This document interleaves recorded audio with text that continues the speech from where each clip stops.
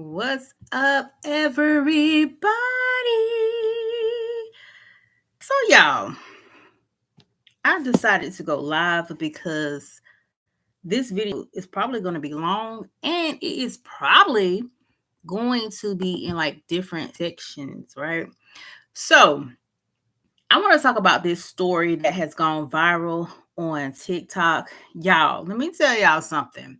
Shout out to the real Yanni here on the YT. She was the first person who I saw posted about this. And ever since she posted about it, yeah, I'm not gonna lie, it's sent me in a chokehold. Like I've been in a chokehold since then, right? And so I wanted to talk about it because y'all, I can tell my own story. Okay. It can be the MandyLCross story for real because I can feel her because I've been with some guys that were liars, like bad liars. And this is how I can spot liars to this day. But this story had me in a chokehold, y'all.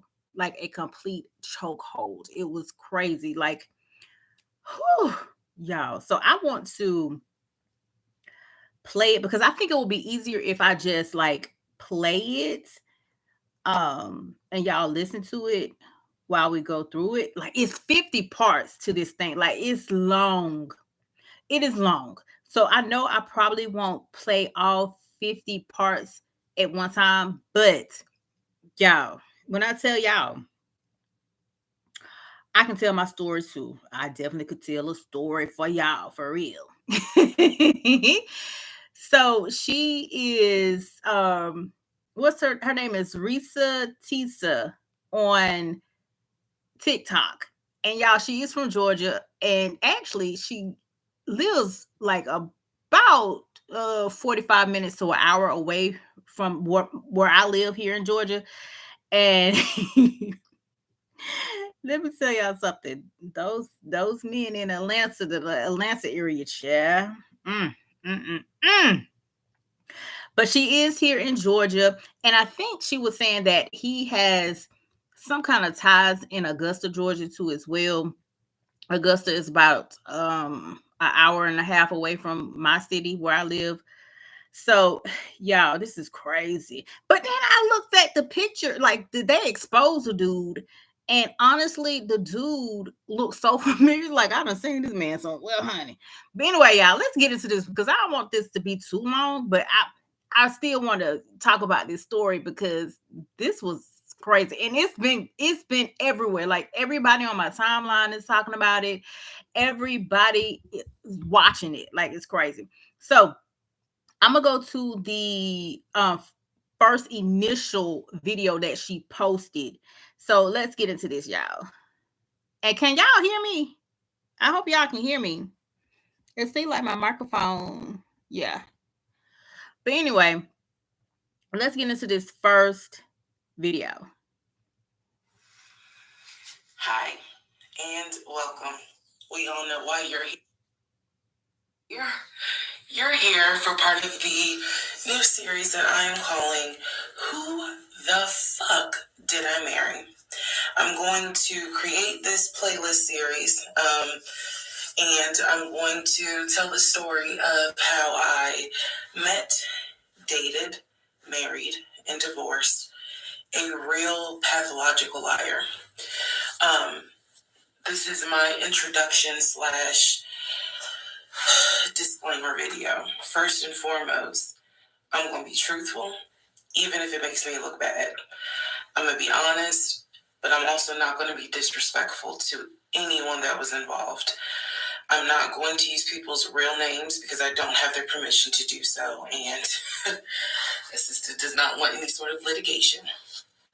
I will tell you off the top, I have a sense of humor and I have sarcasm. So things that you see me laughing at, none of this is funny. But in order to get through it, I have to laugh. And y'all, I'm just gonna play the audio because literally it's just her either in her car or in her room. It's that's all it is. All y'all gotta do is just listen to the audio because it's really just her in her car, in her room, or whatever. I know damn what. Hold on for a second, y'all. Someone is at my door. Are you serious? Hold on, y'all.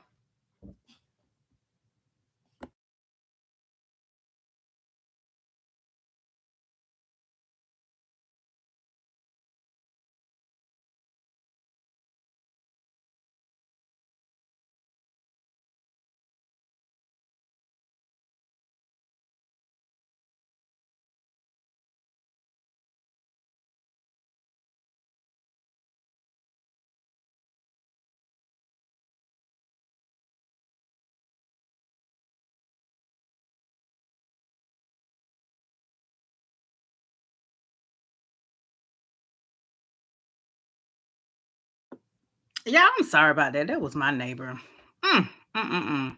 But I'm just gonna play the audio. That's all y'all really need to hear because, yeah. I cry. I'm human. I'm a woman. This was traumatic.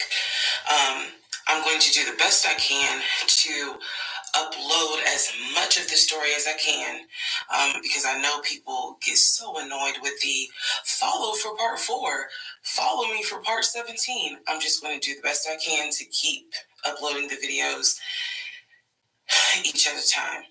I'm going to go in order from the time we met until the time I got our divorce decree in the mail. So that is a lot of time to cover. Please give me the grace to just get it out. It may not be all in one day. It may not be all in 2 days. But what I can tell you is even if you don't necessarily see a video, I'm probably recording it and then I will upload it into the playlist titled, Who the Fuck Did I Marry?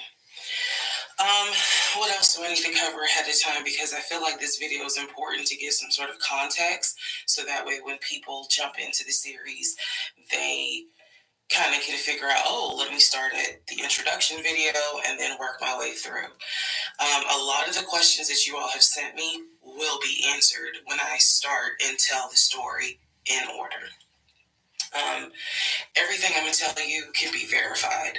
There are people in my life who can easily verify, yes, this did happen. Yes, he really did do that. Yes, he said that. Yes, she did go through that. I have no contact whatsoever with my ex-husband in any way, shape, or form.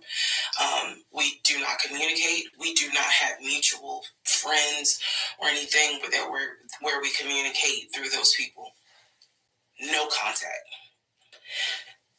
I cannot stress that enough because I feel like somebody's going to ask me, do you still talk to him? No. I ain't seen him. I ain't heard from him. I don't want to hear from him. And I will tell the entire story up until the last time I did hear from him and what happened. Yeah, this is my story. So, I am just a regular woman who thought she met the one, and I didn't. Most people have never came in contact with a pathological liar. We typically come in contact with like a compulsive liar. It is not the same. A pathological liar has no reason for why they lie.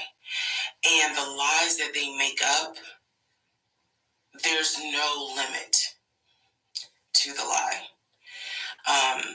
I was once a psychology major in undergrad. I didn't graduate with a psychology degree, but I'm very comfortable saying that he was a pathological liar. He was a narcissist. And yes, there was some in my opinion, mental health issues going on.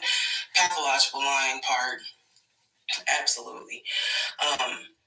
So I want to preface all this by saying, you're going to probably think, what in the world? There's no way this happened.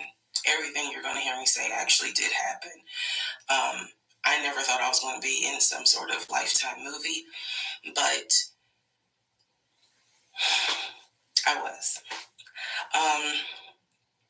So I will read the comments as best I can. Like I said, I think if you allow me to tell the whole story, things will be answered. And sorry, I do talk with my hands. It's a coping mechanism. So if you're like, why is she moving her hands? Other than that, let's all take a deep breath, buckle in, because this was a fucking crazy ride. And if you think it's crazy, imagine how I feel as the person who lived it and had no idea what I was dealing with. I thought I knew, but I truly had no idea who the fuck I married. You like how I twisted that? Anyway. All right, y'all. This is the introduction, so welcome. Part 1 will be up shortly. Okay, y'all. So by the time I finished this 50-part ordeal thing, y'all, I was blowed. I'm not even gonna lie. I was blowed. And so let's get to the next video in this 50-part thing. And she also went live too, and I actually caught that live. But let's go to the next video. Okay, so things that my pathologically lying ex-husband lied about. Backstory. I'm going to try to get as much of this as I can into this video, because I hate when people say, follow for part 2. Okay, y'all, just note that each of these videos were fairly long, right? At least 10 minutes long, I believe. But I'm going to try. All right, backstory number 1. We met in March of 2020. Georgia got shut down, locked down 2.5 weeks later. We got married January of 2021, and we were divorced August of 2021. So keep in mind that this story is spanning March of 2020 until about June of 2021, because I kicked him out the house on his birthday. So we met online, Facebook dating, and Hinge. I will never do online dating again, but that is where I met him. My tire blew on 285 just before Boulder Crest on my way to our first date. Clearly, that was a sign. I didn't listen. But my tire blew, and he met me at a gas station.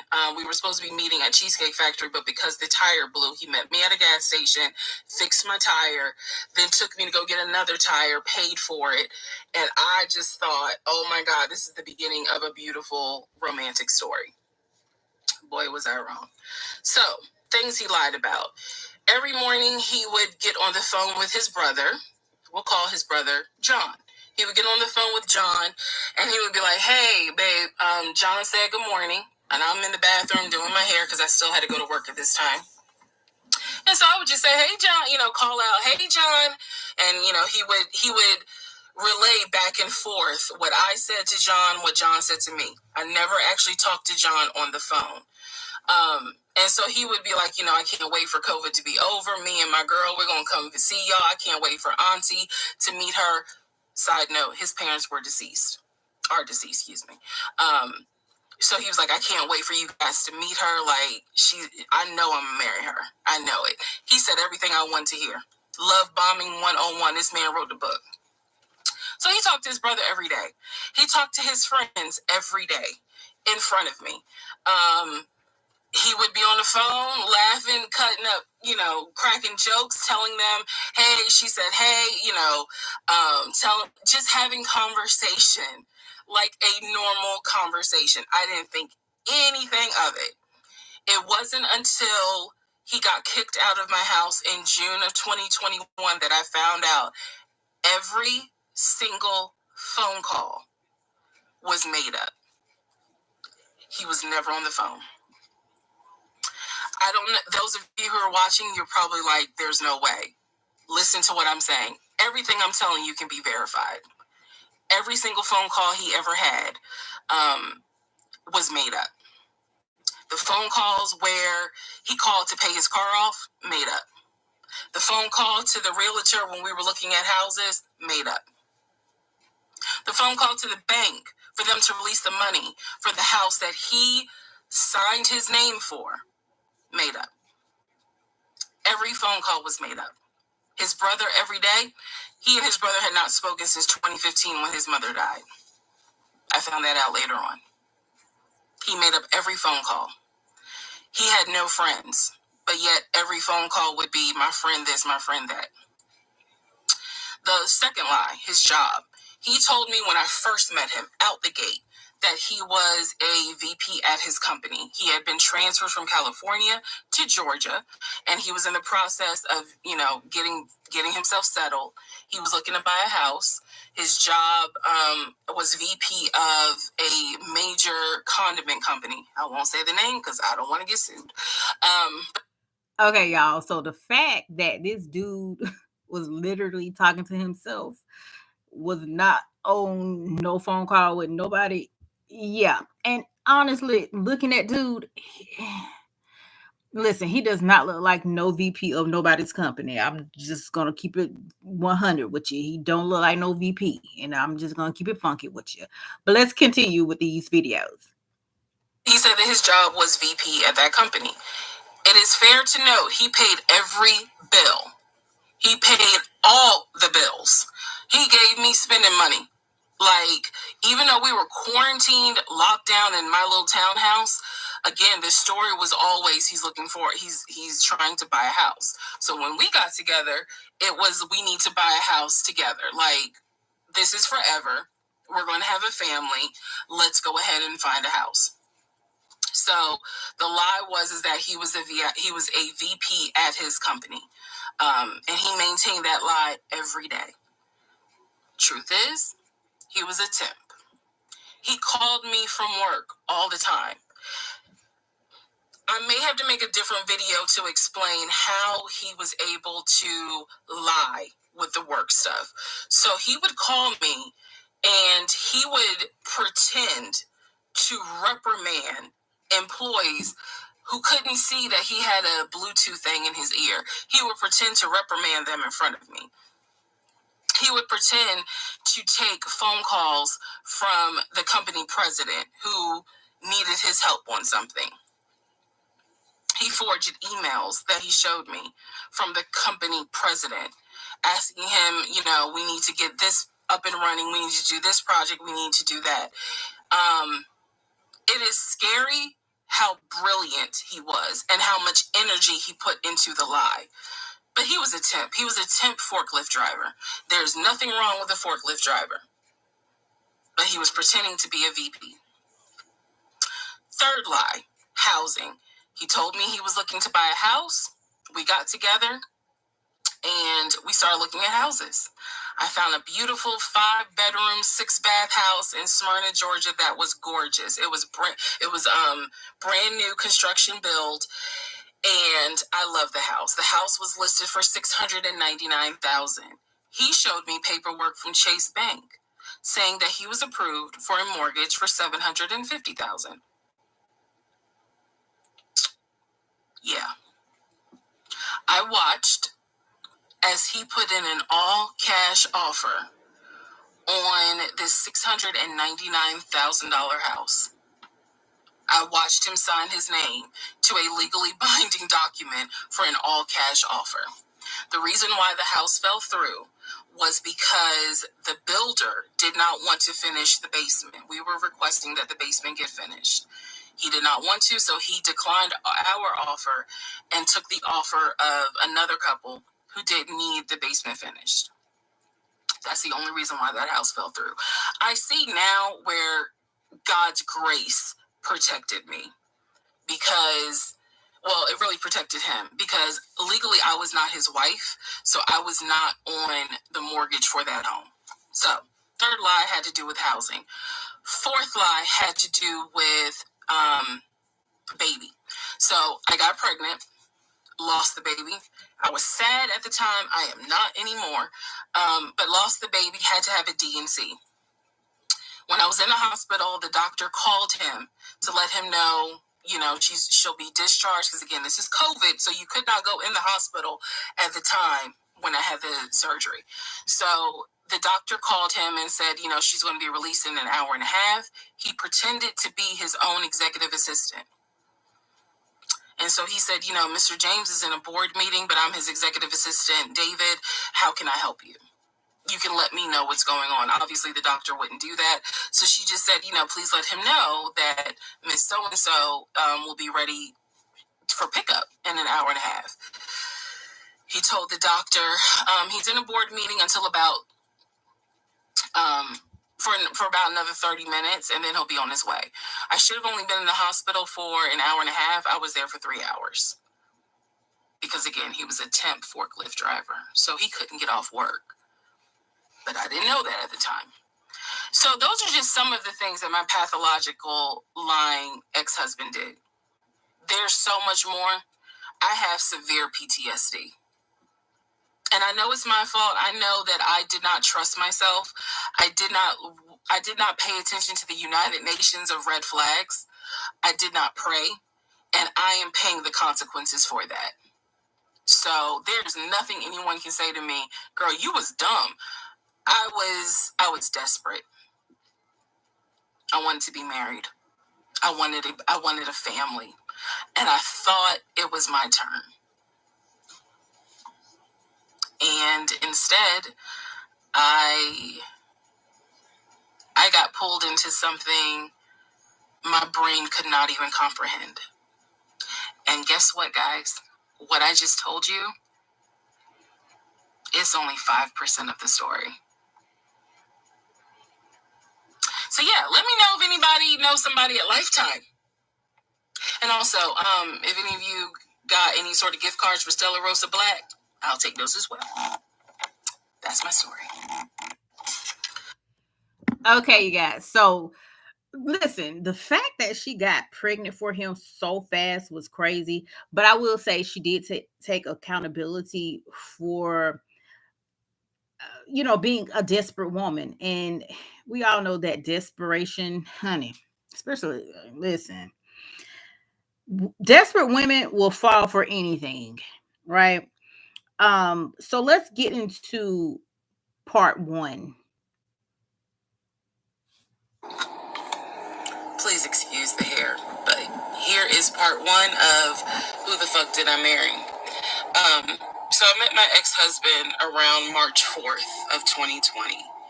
We met on Facebook dating site, and we also matched on Hinge.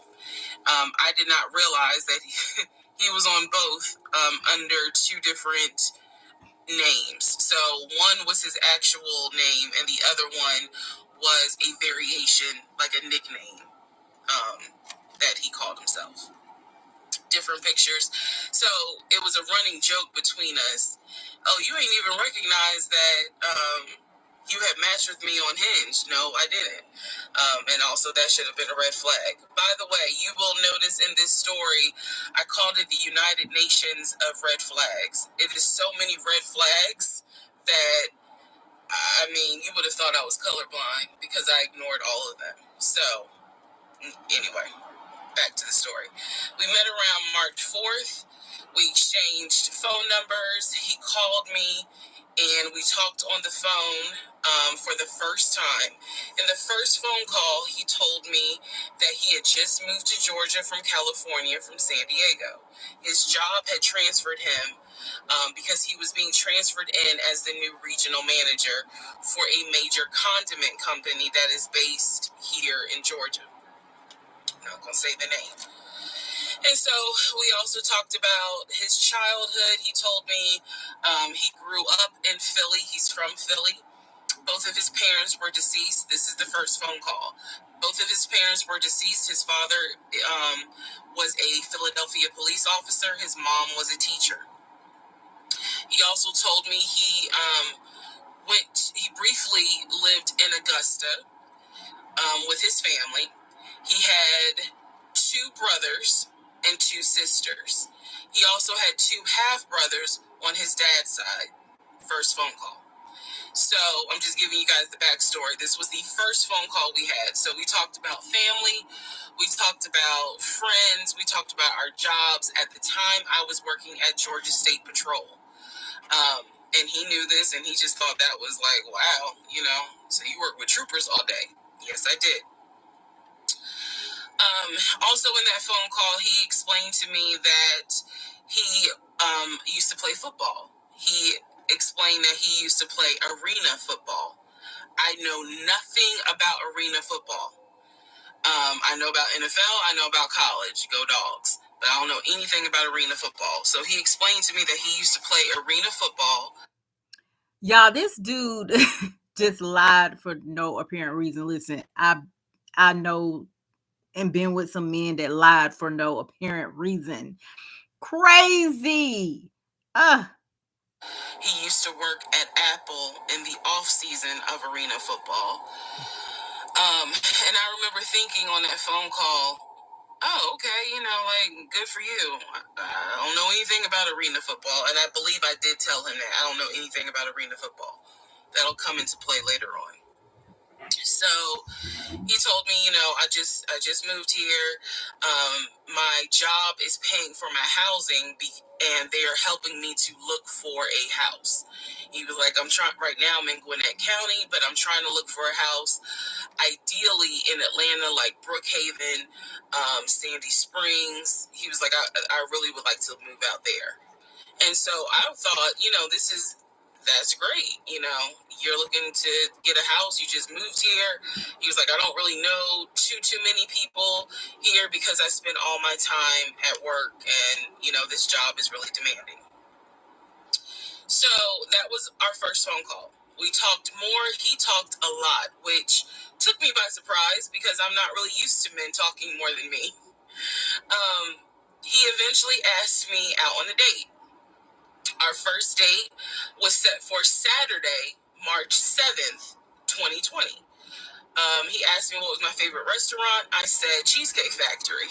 And so we agreed to go out at the Cheesecake Factory in a location that was in between. I lived in Clayton County at the time. He lived in Gwinnett County. I realized that if you don't know anything about Metro Atlanta, that makes no sense. But basically, we lived about 45 minutes apart. So we agreed to meet at the Cheesecake Factory over at Perimeter Mall, which is in an area, Sandy Springs, Dunwoody area. I was excited. Like, I called my friends and was like, I got a date, blah, blah, blah. We'll see how it goes. First conversation was good. Hopefully he looks like his pictures, because, that's always an issue with online dating. Hopefully he looks like his pictures.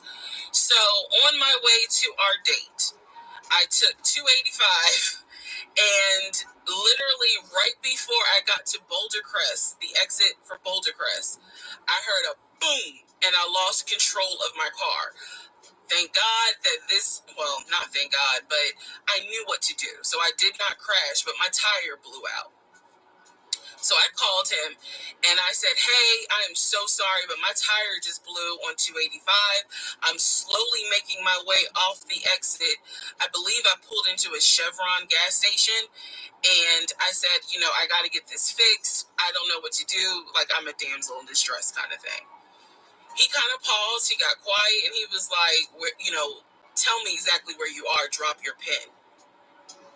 So I dropped the pin, and he came to the gas station. Came to the gas station, got out the car, and I was so relieved that he actually looked like his pictures that I was like, oh my God, he's actually attractive, because he's like 6'4", 6'5". Also, man, I apologize. So let me go back to the first conversation. Let me add something. He did tell me in the first phone call that he was divorced, and that his ex-wife, she had 2 children, a boy and a girl, who were teenagers, young adults. I think the girl was about 20, and he said that he had a very close relationship with his stepkids. But that he and his ex-wife had divorced because she cheated on him out in California. And so coming to Georgia was a new beginning for him. She was still out in California. The kids were still out in California. And so, he was like, I can't stand her, but I still want to be in the kids' lives. I have to put that in there because that will come back later. So this is just setting the stage. Again, that first conversation we talked about family, job, friends, how he ended up in Georgia, me being in Georgia, the things that, I would think people talk about in the first conversation. All right, now back to the tire blew out. So he shows up to the gas station. He changes my tire, which I just thought was the sexiest thing in the world. And then he proceeds to say, hey, I found a tire place around the corner. You need to get another tire. Like, you can't drive on this donut. So he followed me to the tire place, and then helped me get a tire, paid for it. So I was definitely like, wow. And so the vibe was good. So anyway, I get the tire fixed. We follow each other to the Cheesecake Factory over in Perimeter. We hold hands walking into the Cheesecake Factory. So in my mind, I'm like, this is just this. Oh my God, I had butterflies. That's the look of a woman who had butterflies. So I had butterflies, and we go in. There's a long wait, and so we sit outside and we just talk. And the conversation's great. And this is where he tells me what it is he's looking for. He tells me, I believe at the time he was 42. He was like, I want to get married and it be for real. He's like, my parents were married 40 plus years before my mom passed away. And I want that. I want marriage, family, a house. Like, that is what I want. He was like, I'm as a man, I'm ready to get married, but I want it to be for real, because the first time, it really hurt me when she cheated on me. So he's telling me everything that I wanted to hear. And so he was like, what is it that you want? And I said pretty much the same thing. I was like, I'm ready to get married. Definitely want to have a family. And I want to marry my best friend. So we both put on the table that we wanted marriage. And this is the end of part 1. Okay, we're going to go to part 2, you guys. All right. Who the fuck did I marry? Part 2. So we both put on the table what it is that we wanted. We both had established we were dating for marriage. We were not dating just to date. We were not trying to be friends with benefits and none of that. So the dinner at Cheesecake Factory went really well. We laughed, we joked, we talked about people, which is kind of up my alley, my sense of humor. It was a good vibe. So at the end of the date, at the end of dinner, we sat in his car and he played this song for me by John Legend. I don't know the name of the song. By the time this video posts, I will put the name at the bottom. I can't remember the song. I just remember that John Legend was talking about, I think I met my wife tonight. And I thought it was a sign. So I was like, oh my God. So anyway, we ended up sitting in the car talking just about life and experiences until about midnight. So during this conversation, he again is telling me how it was, what it was like living in California, how he went out there. He went to San Diego State. He played football for San Diego State. He talked about how, life, he loved it out there, so he stayed. That's when he joined the company. And then he explained that he also did arena football, but only did it for about 2 or 3 years. He claims that while he was doing arena football, the team that he was on won a championship. But again, keep in mind, I don't know anything about arena football. So I was like, okay, I didn't know that they had championships. And he was like, he got a little offended, like, yeah, they got championships. And, he was on that team. So he talked to me about how he worked at Apple. He worked something in the IT area of Apple, but it was in the store. Again, it was one of those, it's like when I tell people I used to work at Amazon. I really wasn't paying much attention to it. Why? So we talked about all that. We talked deeply into what happened with the ex-wife. It's because I asked. He was not volunteering all this information. So in other words, I get very uncomfortable when men start talking about their ex a lot. That's not what happened. I was asking questions because I was really trying to figure out, okay, are you ready for a relationship, or are you still missing her? So we talked about it. We talked about my exes. That was a mistake I made because I talked about how I dated at one point in time somebody I worked with. That will come back later. And he seemed real cool about it. He was like, that was before me and blah, blah, blah. So the conversation was good. Midnight comes and I go home. Yes, I went home. We ended up talking. Mind you, our first date was March 7th. And within about 2.5 weeks, Brian Kemp, our governor, shut Georgia down. We were going to be on lockdown. So during those 2.5 weeks, we talked every day. We went out again at Red Lobster. I remember Red Lobster. But everything was going great. The issue was, where are we going to quarantine?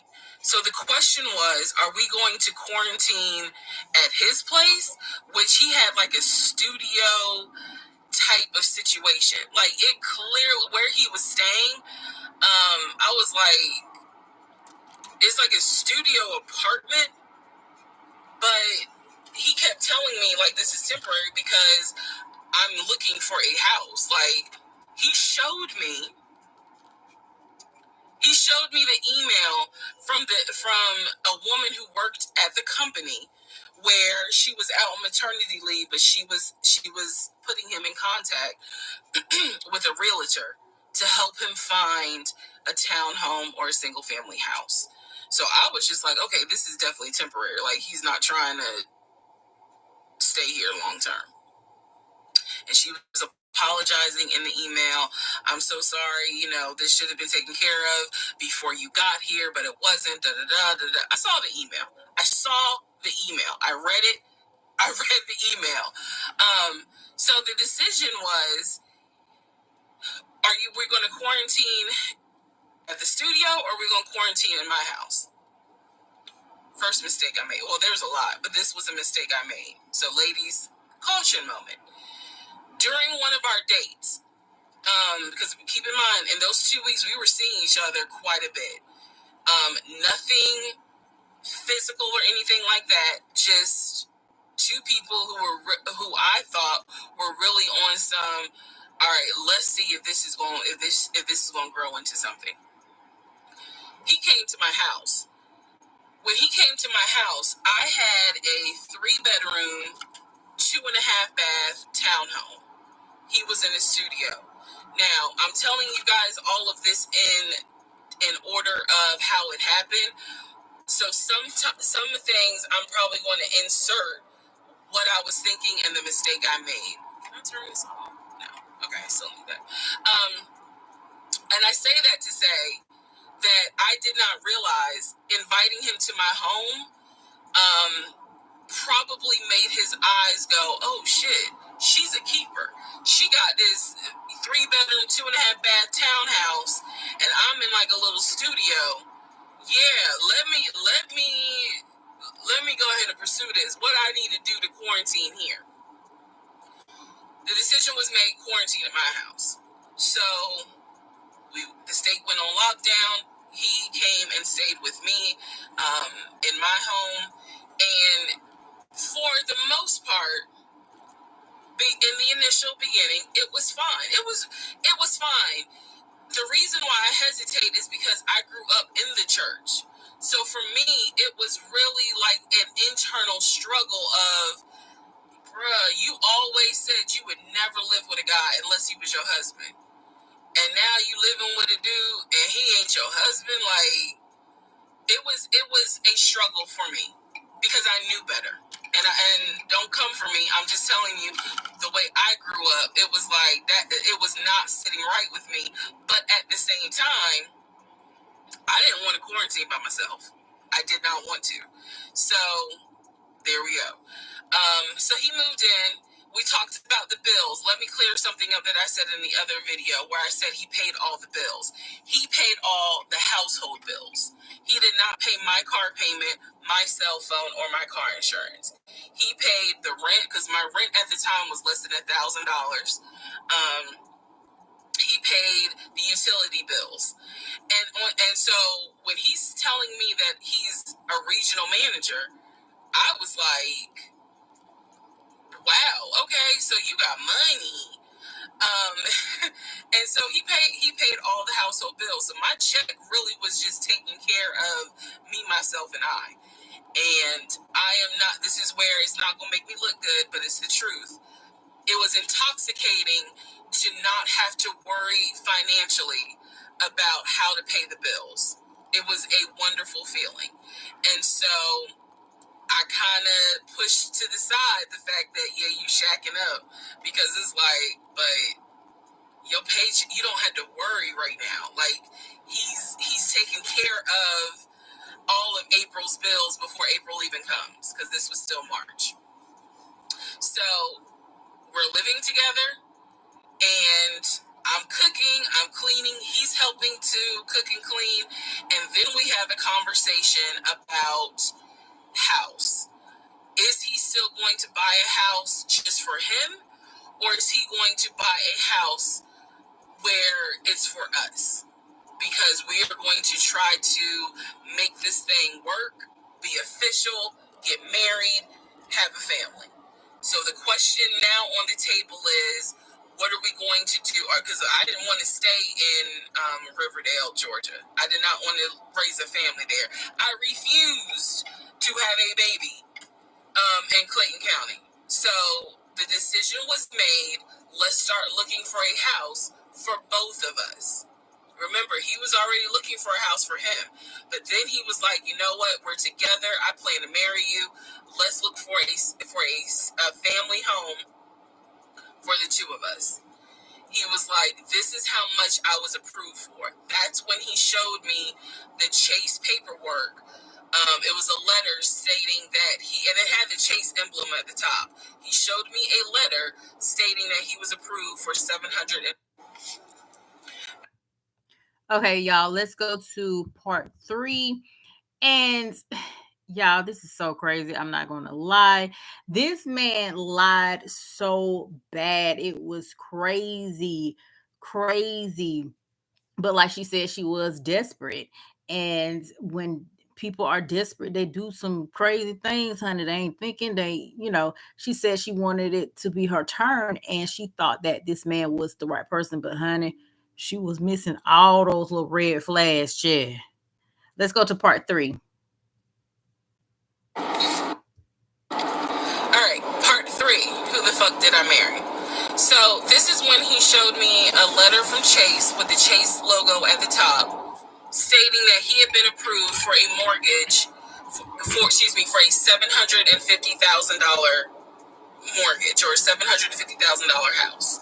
So he was like, we can't go over 750. And I remember asking him, can you afford the mortgage on a $750,000 house? Because I know I can't. This is when he explains to me, I told you how I played arena football. I invested my money really well. So he said, I have money that will help pay for the mortgage. He was like, we're good. Like, I'm financially, I am okay. He was like, that's why I'm able to get approved for $750,000 mortgage. So he told me that his money was in different savings accounts. He said he had an account with Chase Bank, he had an account with US Bank, and he had an offshore account. This is what he told me. The offshore account, I was like, why? And he explained something about, the US, the US imposes taxes on money when you have a certain amount in US banks. He was like, so everybody knows that it's smart to have some money in an offshore account.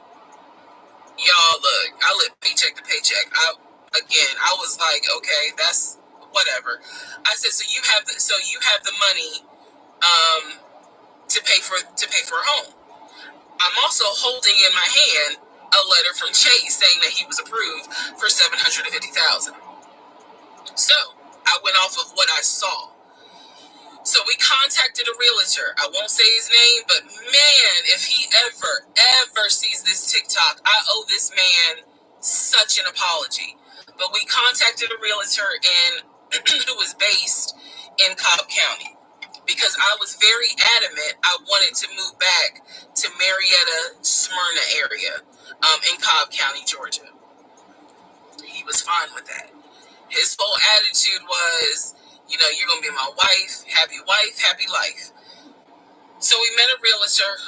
I would find houses that I wanted to tour. Keep in mind that this was COVID. So at the time, we could not tour a home. It would have to be a virtual tour. So this particular realtor, we found a house in Douglasville, Georgia. Not Cobb County, but nevertheless, it's in Douglasville. I was fine with Douglasville. So we found a house in Douglasville, Georgia. The realtor did a FaceTime tour of the house. The house was really a nice home. 5 bedrooms, 4 baths. So we did a FaceTime tour of the home, and the home was listed, I believe, roughly 400 and something thousand. I really like the house. I could see myself living there. Okay, so she said it was listed at $325,000. I could see us living there. Could see us with the kid there. This is now April. Just for timeline purposes, this is April. So he really liked the house. He was like, you know what, we'll put an offer in on the house. He was like, if you like it, because again, it was COVID, we weren't going to be able to see the house in person because the family still lived there. So he said, I'll put an offer in. We'll see if it's accepted. I said, okay. So he puts an offer in. He's telling me he put an offer in. I need to clarify some things he told me and the things that I actually saw. So for this house in Douglasville, he told me he was putting an offer in. The realtor would call me because one thing that the realtor told us, he was like, if the woman likes the house, typically the house is going to get bought. So he kind of dealt with me a bit more than he did my ex-husband. And again, this is April 2020. This is before we got married. So at the time, he was my boyfriend. So the realtor was calling me and it was like, hey, I put the offer in, and what they're asking for is proof of funds. And I did not know anything at this time about buying a house. So I was like, hey, you probably need to talk to him because I'm not even listed on the mortgage. Like, from the paperwork I saw, it was only in his name. So he called him. I guess they talked. I was not there, but I'm assuming that they had talked. So the boyfriend is coming, my ex is coming home saying, yeah, I talked to so-and-so. I sent him over the paperwork. The offer was approved, and they are going to try to do a virtual closing. First, we got to do an inspection. If the inspection goes all well, then we have to do a virtual closing. He also told me that he put down earnest money on the home. He put down, I believe, $5,000. He said, I just transferred the money over to the realtor's account or whatever, so that it could be earnest money for the house. So I'm just like, okay, great. He was like, so realistically, this is April. We should be able to get in that house by June. Okay, no problem. So this is what he told me. About 3 or 4 days later, I get a phone call from the realtor, and the realtor is like, hey, I'm just checking to see what you guys want to do about that house. So I was confused. I'm at work. And I said, oh, I was told that he put an offer in. And the realtor was like, he did? I didn't know that he put an offer in. And I said, well, why wouldn't you know? Like, he told me he put the offer in, and he had paid earnest money, $5,000 earnest money. And so the realtor was like, well, let me call him and find out what's going on with that, because I didn't know anything about it. So red flag, of course. So I call him, and he in true narcissistic nature. I mean, honestly, the first red flag was him trying to move so fast. Like, they just met in March, and then they're talking about buying a house in April. That's way too fast, in my opinion. That's crazy.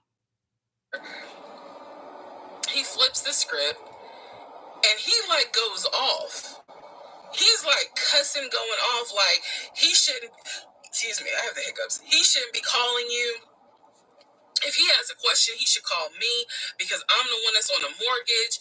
He was like, and now it's going to be an issue. And I said, well, did you put the offer in with him or not? And he said, no, I did not put the offer in with him. I put the offer in with a friend of mine who is a realtor, so I can give him the business. So I did not hear from that realtor again. So I was just like, is the house under contract or is it not? He was like, yes, the house is under contract. This is how crazy things work out. About 3 days later, on realtor.com, I'm looking at the house because I was trying to figure out in my mind how I'm going to decorate. It shows the house is under contract. So, show my boyfriend. My boyfriend's like, I told you it was under contract. He was like, I did you not believe me? And I ain't had a heart to say, hell no, I didn't believe you. Like, it seemed too good to be true. But once I saw the house was under contract, I absolutely believe that, okay, it's under contract with him. Like, yeah, we're about to do inspection. We are about to move. And so we had driven by the house because, again, keep in mind, a family's still living there. So we had driven by the house. At this point, he was like, I want us to start looking for furniture so that way we can go ahead and order it. So when it's time to move, the furniture is ready, because, it takes like 6 to 8 weeks sometimes for furniture to be delivered if they don't have it in stock. Like, he was very methodical and planning and saying, this is what we need to do. So we started going to Home Depot, Lowe's, because we had a printout of what the sellers were going to take. They were going to take the appliances. He had a printout. Let me be clear. He had a printout. So it said on there that they were going to take the appliances. So we needed to get a new stove, new refrigerator, new microwave, all that stuff. So we went to Home Depot and Lowe's, and I went ham. I chose all these new appliances, and here's where we get into the shopping. Okay, this is part 4, you guys. All right, part 4. So we go to Home Depot, we go to Lowe's. I'm choosing all these appliances. He's taking pictures of the SKU number. We have representatives helping us, and he basically explained to them, "Hey, we're buying a house. We should be closing sometime in June. Can we order this stuff now? Can I put a hold on it? Like, what can we do? Because we're not ready for delivery." I stood there as the Home Depot rep said, we can hold it in our warehouse. Like, you can buy something and we can hold it. People do it all the time, especially with COVID. So I watched him pay. I want to say it was about it was either $350 or $500. I watched him pay a deposit on a whole new set of appliances for them, and they were going to hold it until we were ready for delivery. I watched this. So I was like, okay, good deal. Like, we got the appliances. Next, let's go to Rooms to Go and Ashley Furniture and find actual furniture. So we went all around Rooms to Go. We went to Ashley Furniture. We went to American Signature. And I saw all these things that I wanted. Again, he's taking pictures of it. He was like, I can go online and order it. I didn't think anything of it because, again, I just saw that we held the appliances. So I was like, okay, that's fine. So April turns into May. May 2020 comes. This is where things start to get a little interesting. May comes, and obviously we had not done inspection. And I'm asking him all the time, what's the deal with the house? He was like, oh, because of COVID, they're trying to get someone to do the inspection. But the guy that they had, it was always something. The guy they had caught COVID, so they're going to have to get somebody else. And he's like 15 houses backed up, so it'll be a while. So at this point in May, I know I look crazy. In this point in May of 2020, I started recording audio diaries. I don't know why. It was something just made me just start recording my thoughts in an audio diary, and I still have them. And I would save them by the date, and I would just start talking about what's on my mind. So I was like, I knew there was something was nagging me, like, but I kept pushing it out of my mind. I was like, you saw, this is what I reminded myself. You saw him pay for the appliances. You know the house is under contract. You know that he told you that he's the one who put the house under contract. Why would, like, I remember saying to myself, why would he lie about that? This is so easy to verify. Why would he lie about that? Have you caught him in any other lie? And at the time, the answer was no.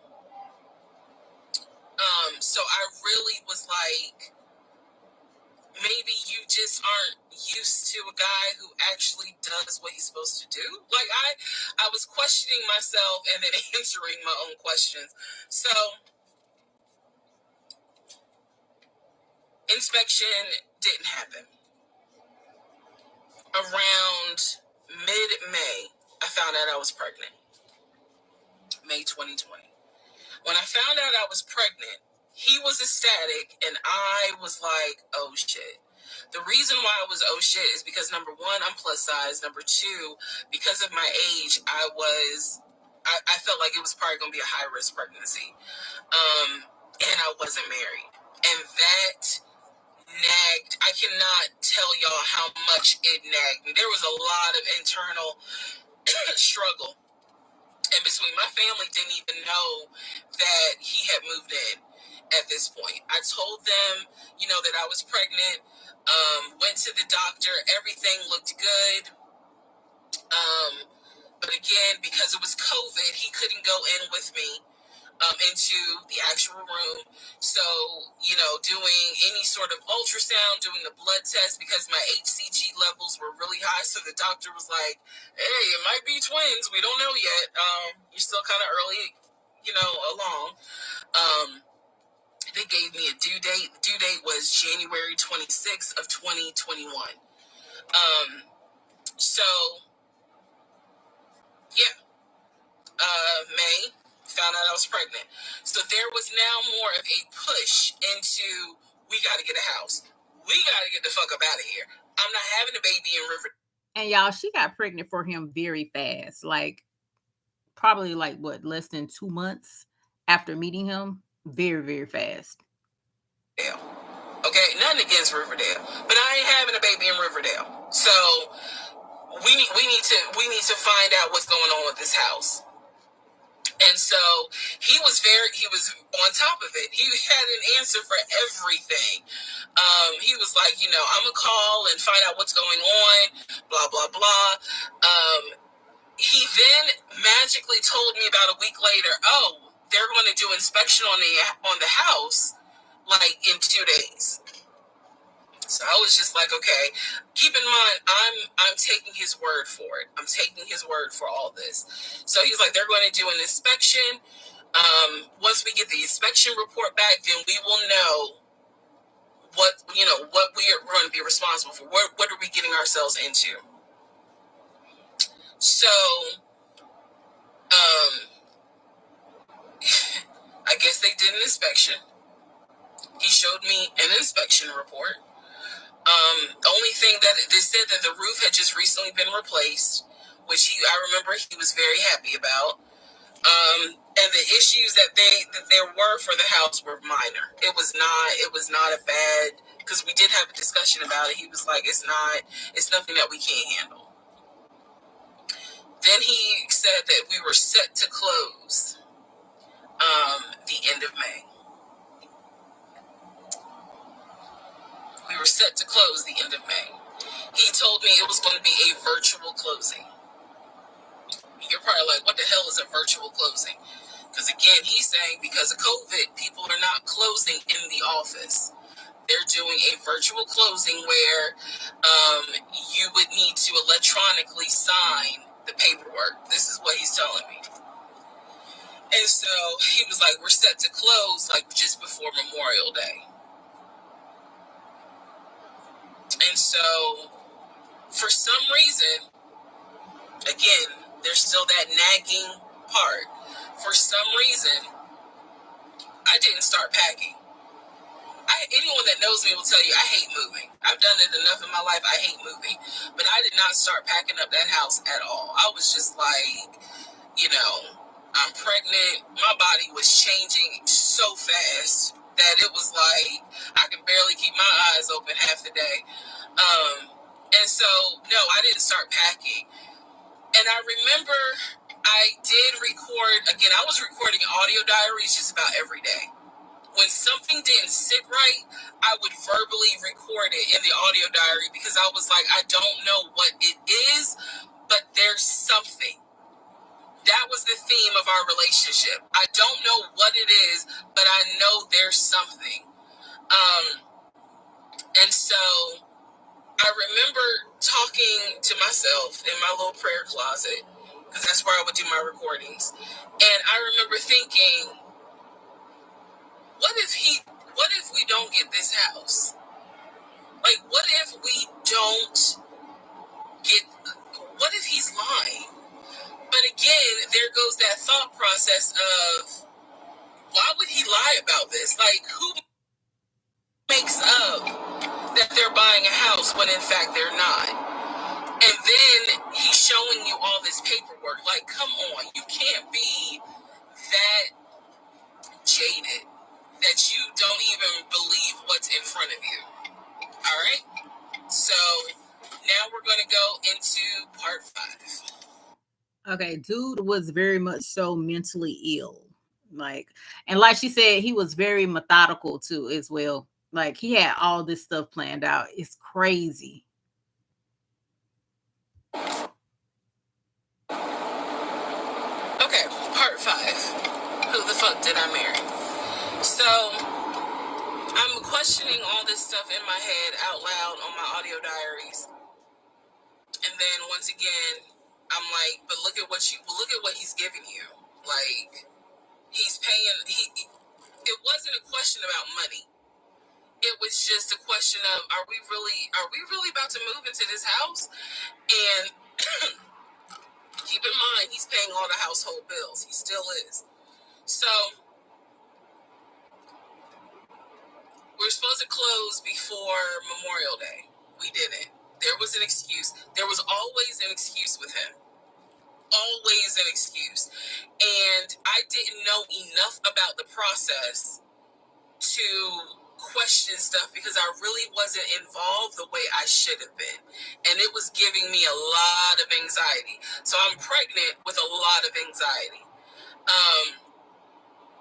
if I'm going to be 100% honest with y'all, I was not expecting that I was probably going to have a healthy pregnancy because I was stressed. And what I was stressed about is I didn't know what was going on because I wasn't really involved the way that a normal relationship would be involved. Just being honest. So we did not close around, we move now into June. This is now going into June. Around June 5th, I looked at the house again on Realtor.com. I don't know what made me do it other than, and I don't mean to sound super spiritual. I know that people are like, you know, you may or may not believe in God, but I'm telling you, I believe with all my heart, probably the Holy Spirit was like, look at that house on Realtor.com. So I looked at the house on Realtor.com. This was around June 5th. It showed that the house was off the market. And I remember being like, okay, wait, what does that mean? What does that mean? Because ex-husband is telling me we're about to close on the house. We're about to close. It's our house. We got furniture, da-da-da. He's also telling me that he's been in contact with the realtor, his friend, who was telling him, you know, this is what is happening next. Here's what's going on. So the guy that we initially worked with apparently is completely out of the picture. But again, I was not heavily involved. So I'm just like, let me look at the house. I see it's off market. What the fuck does off market mean? Like, now I'm really freaking out. So it shows the name of the real estate agent for the seller. I don't remember her name. I called her and I said, you know, I said, my husband and I, even though I wasn't married, my husband and I were looking at this house at 123 Main Street. And we really wanted to tour it, but now I'm showing it's off market. Is it not available? Or, you know, I pulled that card. And she was like, oh, no, ma'am. The home closed yesterday. It closed June 4th. Again, there are certain dates I just remember. And I said, oh, it closed June 4th? I was like, really? And she said, yes, ma'am. She was like, my sellers sold the house. And I was like, oh, man, okay. Well, I said, my husband and I really wanted, you know, we love the pictures of it. And we're getting ready to start a family. So I would have loved to have been able to, you know, have the opportunity to see it. I asked her something. I don't remember the specific question I asked her. And I don't even, I know why I asked the question, because I was anticipating that my boyfriend at the time was going to have some sort of excuse. So I asked her something about the buyers. And I remember, and somehow, again, forgive me, I don't remember the question I asked her. But the answer was that it was an older white couple. So I get off the phone with her. I record an audio diary, and in the audio diary, I specifically say, okay, there is no house. He's going to have to get out of this lie somehow. Because now I realize, at the very least, he was lying about him being the one who was under contract. But y'all, she still married this dude after this, okay? After finding out that the house was closed on by an older white couple, she still married him. I knew enough about that. So I was like, what, how was he going to get out of this? Again, I've listened to the audio diary in 2024. I literally said in that audio diary, how is he going to get out of this lie? And I was trying to think of ways on how he's going to do it. And something said to me, because I say it on the audio diary, I said, he's going to say it's a bad deal. and he's going to say he wants to pull out. Y'all keep in mind, I am pregnant. So I had a decision to make. As ugly as this decision was, I made the decision, you're about to have a baby with this man. He's paying all the household bills. Let him get out of the lie. And that's what I did. I purposely made the decision that I knew he was going to come back, and I knew he was going to give me some bullshit on why he couldn't buy the house, because he didn't know that I knew that house is already sold. The house is already sold. And this is the part where I said, I'm going to be honest, even though it's going to make me look bad. Because most women in their right mind would have been like, I'm out. And I didn't. So, sure enough, he came home. He didn't really say anything that day. The next day I asked him about the house. And he said, my friend, the realtor, he was like, I'm talking to him because something's going on with the interest rate. And when he said that, I felt so much relief because I knew that I had been prepared for he's going to give you some bullshit. So when he said there's something with the interest rate, I said, you know what? If this is literally what I said, y'all. If the interest rate isn't good, then we shouldn't move there. We should probably let this house go. We should cancel whatever furniture we ordered or, appliances, and let's just look for another house. I said I would like to be moved before the end of the year. I said I really don't want to be 9 months pregnant moving into a house. I would like to be done with this before then. And the way I said it was so calm, and he was like, okay. He was like, I'm going to call the friend, the realtor, and tell him I'm backing out of the house, and I'm going to see if I can get my earnest money back. And I remember looking at him. I was standing in the kitchen, and I cocked my head to the side, and I said, okay, get your earnest money back, and let's find another house. And so that's how that first house fell through. So, fast forward, I keep looking at this to see how much time I have, because they only give you 10 minutes. So this is part 5, part 6 is coming up, but subsequently what ends up happening the next week, which is mid-June, I was at work, and I started cramping, started bleeding. And at this point, my doctor, I had just had an ultrasound earlier that day. So I went to work because the ultrasound was fine. I went to work, and the cramping and the bleeding started, and I started crying because I kind of knew what was going on. And my doctor had called me and told me that when they did the ultrasound, they did not see a heartbeat. So she was like, this pregnancy is not going to be viable.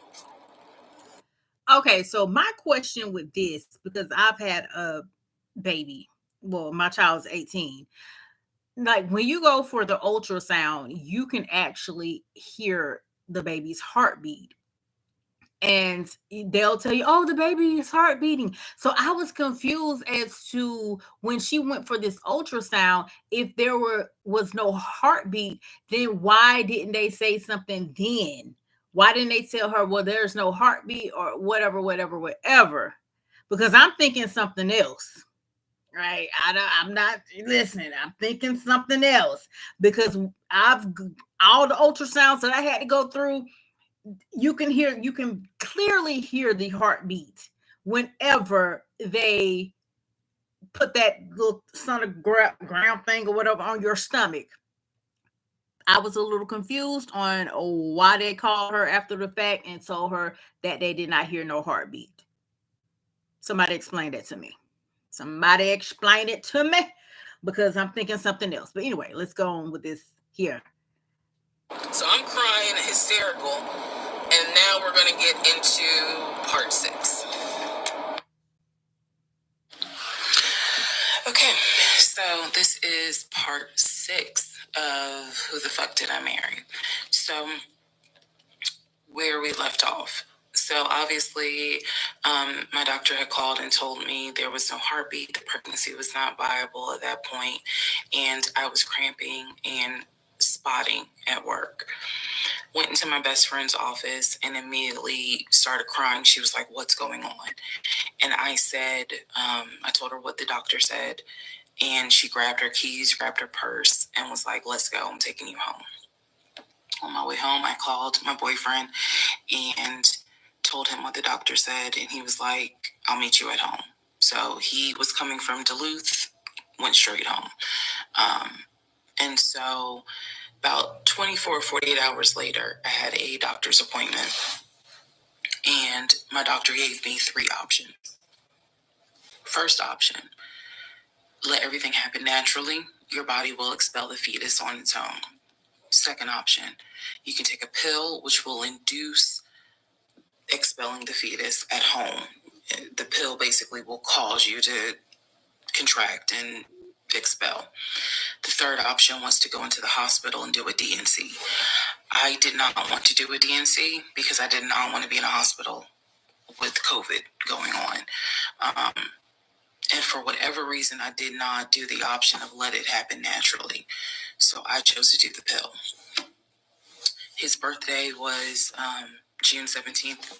My ex's birthday was June 17th. So the decision was made, we're going to celebrate his birthday that day, go out to eat.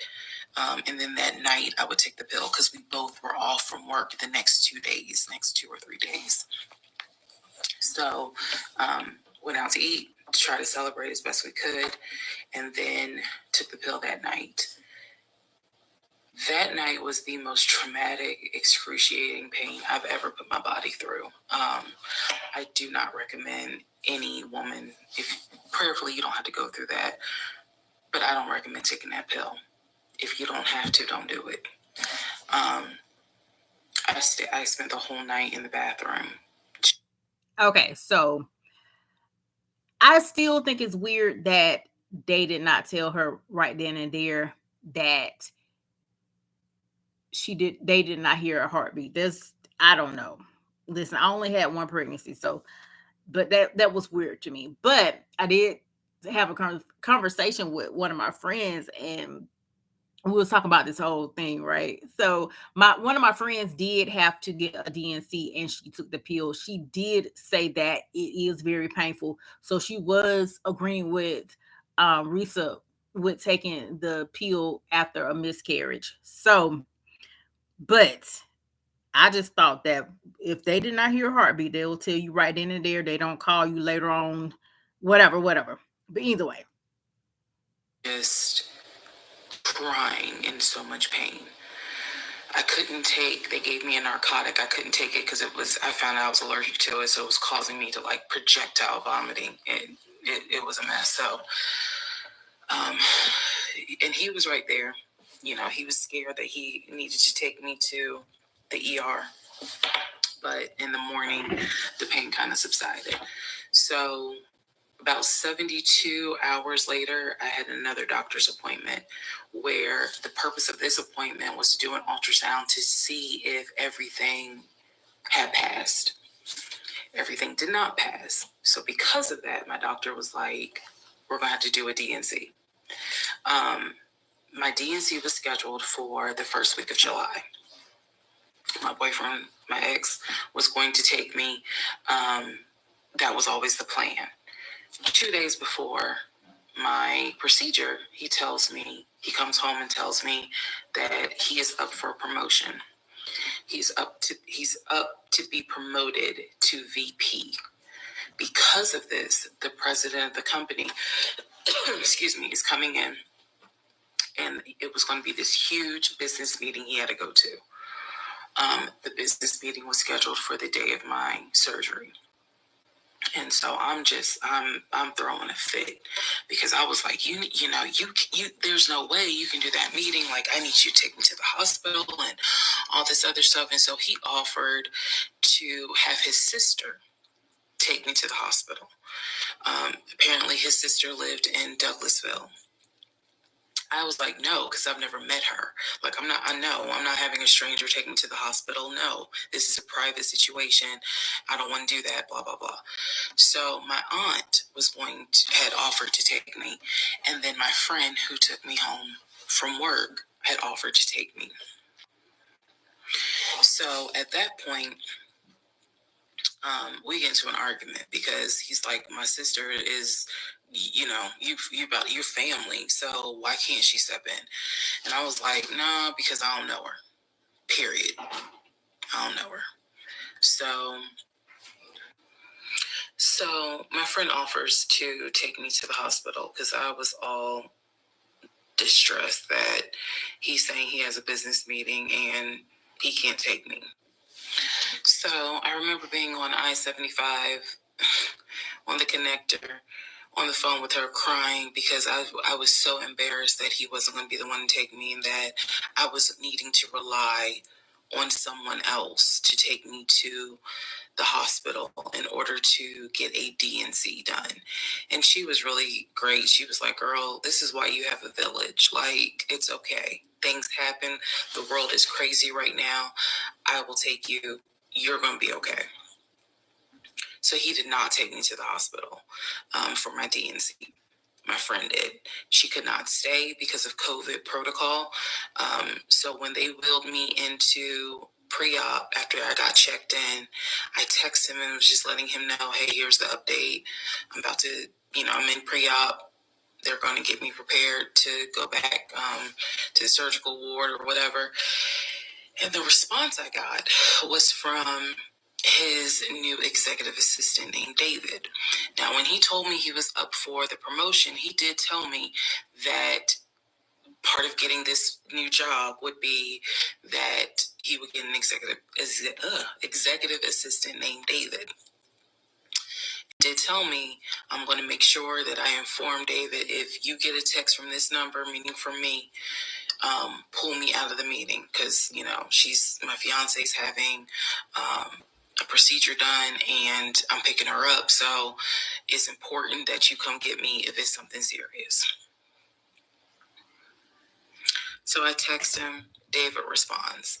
He said, yeah, Mr. Blah Blah told me that you are having a procedure done. If you need me to get him, I can go get him. He's in a meeting.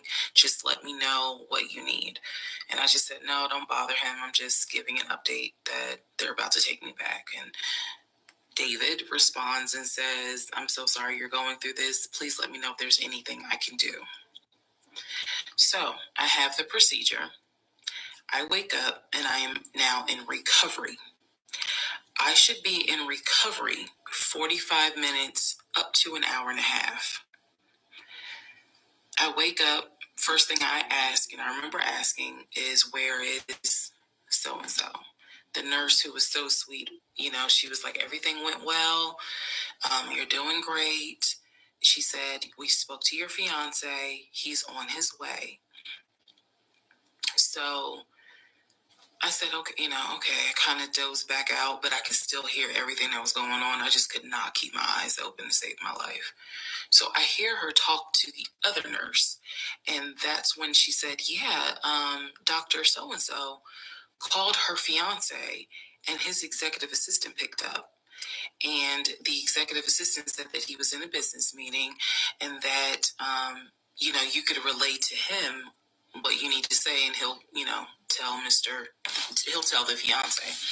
And my doctor was like, hell no, HIPAA, I need to speak to him. So apparently my fiance called the doctor back about 30 minutes later, and the doctor informed him she'll be ready to be discharged in about an hour. You can make your way and come pick her up. He said he was on his way. He was on his way from Duluth to Atlanta, which is not a huge distance, but the time of day, one thing about Atlanta, there's always traffic. So He should have been there within the hour. I should have only been in recovery an hour and a half. Let's go to the next part. Part 7. Who the fuck did I marry? So I should have been in recovery at Northside Hospital for about at most an hour and a half. Subsequently, I ended up being in recovery between 3 to 3.5 hours. The nurses kept calling my ex, asking what's the status, because they were actually getting ready to do a shift change. So they kept calling, asking what's the status? What's the status? Like, where are you? I want to say that they called a total of 3 times and they spoke to him twice. So at this point, I knew that they were all like, where's her fiance? Like, what is going on? He said he was stuck in traffic, and so he was making his way there. He eventually did get to Northside Hospital, and they wheeled me down because, again, he couldn't come in just because of the protocols. So when I got in the car, and I'm in pain, to get drugged up, couldn't keep my eyes open, I was just out of it. But I remember him calling my aunt and my mother and letting them know, I picked her up, we're on the way home, let me get her settled, and then I'll give you guys an update. I remember that. What I did not know was that he had texted my aunt and my mom and asked them to not bother me for like a week. Like, just please don't reach out to her. Let her just rest. I am from New Jersey. I am from an African American family. You don't tell my black mama or my black aunt that, please don't bother her for a week. I didn't know this at the time, but I'm just interjecting that part. I'm trying to stay in the timeline, but he did apparently do that, and my aunt was like, well, I will fuck you up. Anyway, so go home. He waits on me hand and foot. I recover. Just needed about 24 to 48 hours to just get my mind right. During this time, in between when the house in Douglasville fell through, we had not talked about a house. So I guess it was about a week later, after the DNC, he decides that, do you want to start looking for a house again? Excuse me, I have the hiccups, y'all. Do you want to start looking for a house again? Because of what happened with the house in Douglasville, I felt like I was smarter this time to say, I want to be involved in every aspect, because I don't know what the fuck happened with that house in Douglasville. But what I do know is that he lied to me. I didn't know then what I know now. I just knew he lied about I knew he lied about being under contract. So I told him, I said, I don't want to work with your friend who I've never met, never talked to. I know that he has talked to him because he's talked to him in front of me. And I'm going to demonstrate on one of the videos how he used to do his phone calls. Don't worry, it's coming. So we found a new real estate agent. Really nice guy. His name was Scott. I am using his real name. Really nice guy. And we told him what the budget was. And Scott was like, okay, when you guys are ready, we can start looking at houses. Try to look for houses that are empty, because you can actually tour those. If it's a house where someone's already living in there, chances are it's going to be a virtual tour because of COVID. So I found a house that I absolutely, in total, we must have looked at about 15 houses. But I found a house in Smyrna that I absolutely loved. We toured the house. Everything about this house was perfect. The house was listed for $699,000. It was a brand new construction build. The only issue was that the basement was not finished, and he wanted the basement to be his man cave. Again, I went with him to tour this house, so this was already feeling very different than the situation in Douglasville, because we did not actually tour the Douglasville house. We only did a FaceTime virtual tour. This house in Smyrna, we toured. We toured this house more than once, and it was gorgeous, fucking gorgeous. So we talked about it. He said that he had the money. Again, the price was $699. He said he felt comfortable putting in an all-cash offer. If you remember on the videos before, he told me he had money in his savings from when he played football. So when he said an all-cash offer, even I knew, you got that kind of money? Like, where you can cut a cashier's check for $699,000? And he told me he did. He had money in savings from when he played football, and he was very comfortable paying all cash for this home. So the real estate agent, Scott, sent over the paperwork. The paperwork was sent in both of our names. It was sent to my email. That was another thing that I changed after Douglasville. Everything gets sent to me, and then I will be sure that he signs it. So he sent it to me. I looked over the offer. We were going to put in an all cash, full price offer with a request to have the basement finished. Also, we were requesting for the seller to give us an answer within 24 hours. We were requesting a quick closing. These are just some of the things I remember. I remember 24 hours, like I didn't want to wait on y'all think about it. 24 hours, let us know if you're accepting the offer or not. And then also a quick closing, because it was a new construction. So we didn't have to wait for the current tenant to move out. We didn't have to do that. So I watched in our bedroom as he pulled it up, because it was a electronic document. He signed his name to the offer for $699,000 cash.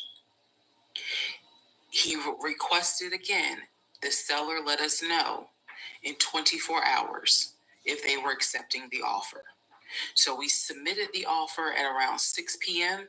We were requesting that by 6 p.m. the next day, they let us know if the offer was accepted or not. I watched him sign the offer.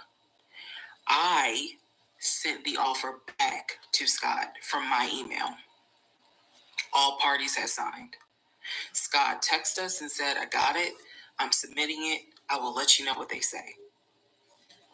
Let's go into part 7. Man, dude was crazy. Crazy as hell, y'all. Now, this is part 8. Okay, so I just want to clear up some things that I realized is kind of creating some confusion. So just allow this video to serve as a stop sign. Let's clarify. Hold on.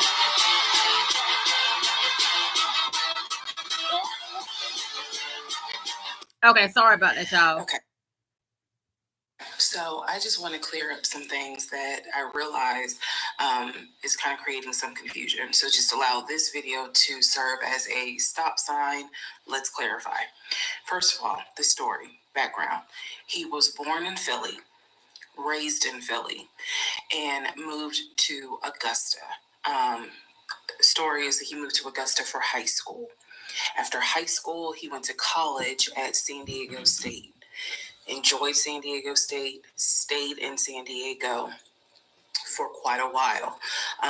Got married out in California, had a house in California, played arena football out in California, but his family was back here in Augusta, Georgia. He still had a lot of family up in Philly, but for the most part, he had a sister in Augusta, he had a sister in Douglasville, he had a brother in Baltimore, he had another brother in Philly, and he had a brother in Nashville. So I just want to clarify that in terms of not the demographics, but the geography. Born in Philly, came to Augusta for high school, went to San Diego State for college, played football, stayed at San Diego, got married out there, but still had quite a bit of family here in here in Georgia. He also had a sister, I think I said, who lived in Douglasville. I have physically met his aunt who lived in Augusta. I've met his brother who lives in Augusta. I have spoken on FaceTime with a brother who lives in Baltimore. And then I will demonstrate how he used to talk to the brother that lives in Philly. That's coming up. You haven't missed that. In terms of the proposal, you did not miss the story of the proposal. I simply didn't want to share it because it was embarrassing. Basically, he gave me 3 ring options. We went to a jeweler at the Mall of Georgia. He had me pick out 3 rings. I told him which one I liked the most because I knew it wasn't a romantic proposal at all. I knew which ring I liked the most. I told him which one. He basically said, when I'm ready, I'll give you the ring and I'll propose. Fast forward about, I guess it was summer because I was actually pregnant when the ring came. We were sitting at the dinner table. He took the ring box out of his pocket, slammed it on the dinner table, and I was like, what is this? He was like, open it. I opened it. Inside was the ring that I had wanted, that I had chosen at the jeweler. And he was like, all right, so this means that you're going to be my wife. I was pregnant. So, again, when I asked y'all to give me grace, it's because there are certain things that's just like, girl, what was you thinking? Trust me. There's no excuse.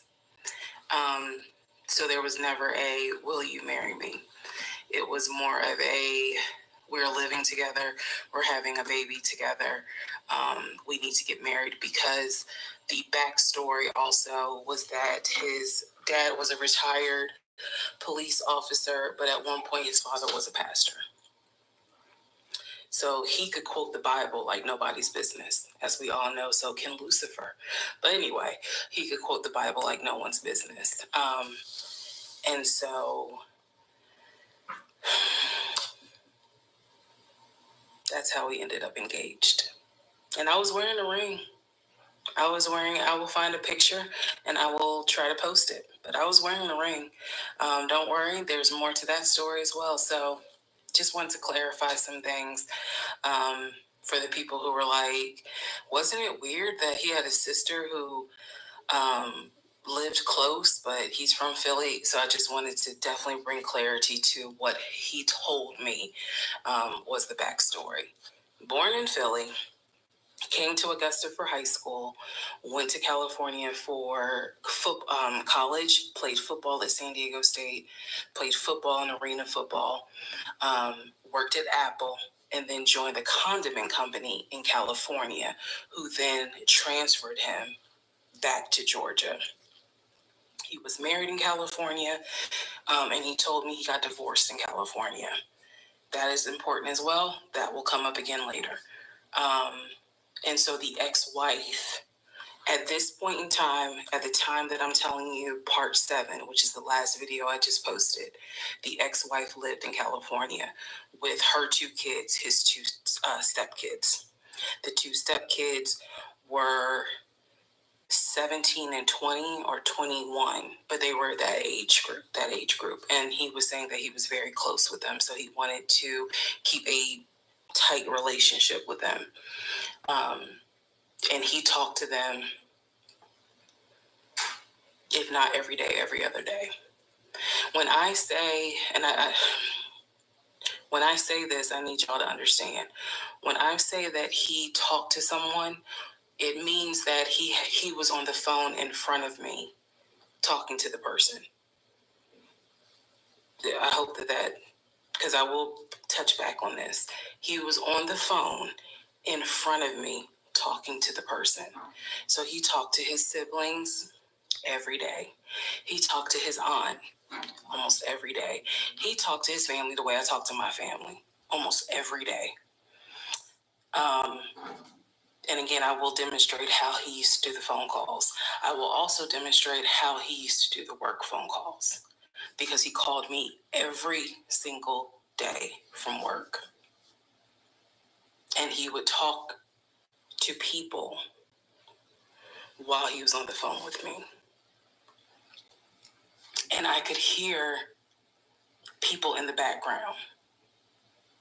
But that's a whole nother part. So again, buckle your seats. I promise I'm reading your comments, I'm reading your questions, but I wanted to bring this video just to clarify some stuff. Hopefully this helps. And honestly, I know people are fascinated by this, but more than anything, I hope that there's a woman watching this and she's saying to herself, okay, it's time for me to ask some questions. That's my hope. All right, part 8 of Who the Fuck Did I Marry? So we submitted an offer on the house in Smyrna. I sent it over to Scott, our realtor, and next day comes, Scott asks if we can take a phone call. So he calls us and tells us that the offer was not accepted and the builder did not do a counter offer. We don't exactly know why. We don't exactly know why he didn't accept it, but the bottom line is that we figured out later on that he didn't want to finish the basement. So the offer was not accepted. The house fell through. I was okay with that because, again, I knew he had put in an offer. So we continued looking at other houses. We found another house in Smyrna that he really liked. I thought that it was way too big for just the two of us. And so the price of this home was much higher than the $750,000 that Chase had approved for the mortgage. So what he explained to me was that he was willing to do the $750,000 mortgage, and he was also willing to put a significant amount of the money in savings on the house, which meant that he was now comfortable going from $750,000 up to about $900,000. Again, his whole explanation was, I have the money where I can put down a substantial down payment, bring down the price of the home, and then basically mortgage the rest of it. So that was now the plan. I was not comfortable with a home over $900,000. But again, keep in mind, I saw the Chase paperwork. So I was like, I just feel more comfortable sticking at the $750,000 mark. That's what you were approved for. Let's go with that. By this point, this is now fall of 2020. We have been talking about marriage. I had my ring. He had made VP at the company. And again, and let me make this clear. A $750,000 house in Atlanta, in Georgia, is kind of like a mini mansion. And she did show some of the pictures of the houses, and they were big. Calling me every day from work. I need to kind of explain how the company was ran, because when you think VP, you would think he would be in an office. It was a condiment company, so they actually were producing the condiments, and I'm not saying the name of the company on purpose, but they were producing the condiments in this particular plant location. So a lot of times he would simply tell me that he walked the floor, checking in with his subordinates, basically. Now, how did he go to work? For the most part, at this point, he left before I woke up. However, pretty much he wore dress pants, kind of like a dark navy blue cargo pant, and he had a polo shirt with the company logo on it. What I saw a lot of times is that he would not wear the polo shirt to work. He would wear like a company t-shirt. He would wear rubber sole shoes and the navy blue cargo pants. I didn't think it was a uniform, but it reminded me of what someone would wear when I worked at Amazon, if you're going to be doing manual labor. He didn't go to work sloppy looking at all, but it definitely was not suit and tie. Nowhere near suit and tie.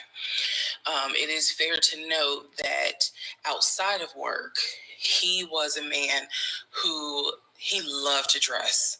He loved to wear the latest Jordans. He loved to collect watches. He collected a lot of Invicta watches. He loved to collect hats. He wore hats, baseball caps everywhere because he didn't like the shape of his head.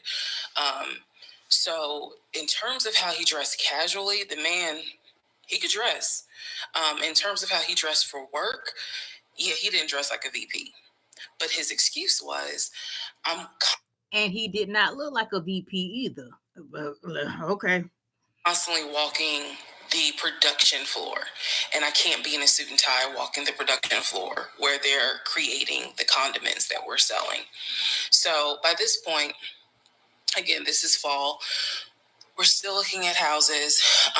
We're still touring houses as much as we can because it is COVID. We had found another house that we really liked and a house that I really, truly wanted to put an offer in on. This was now going to be the second house that we put an offer on. He put in the asking price, I believe, was about $700,000. He put in under asking an offer for about $650,000. I'm guessing, but I'll try to find the house and put it on this and put it on the story. The reason that house fell through, we found out that the home was sitting on a septic tank. We found out that the septic tank had an issue, and it would have taken about $15,000 to $20,000 to fix the septic tank. The sellers were not willing to fix the septic tank. Personally, I didn't really care for the house that much. I'm the one who was like, I don't really want it.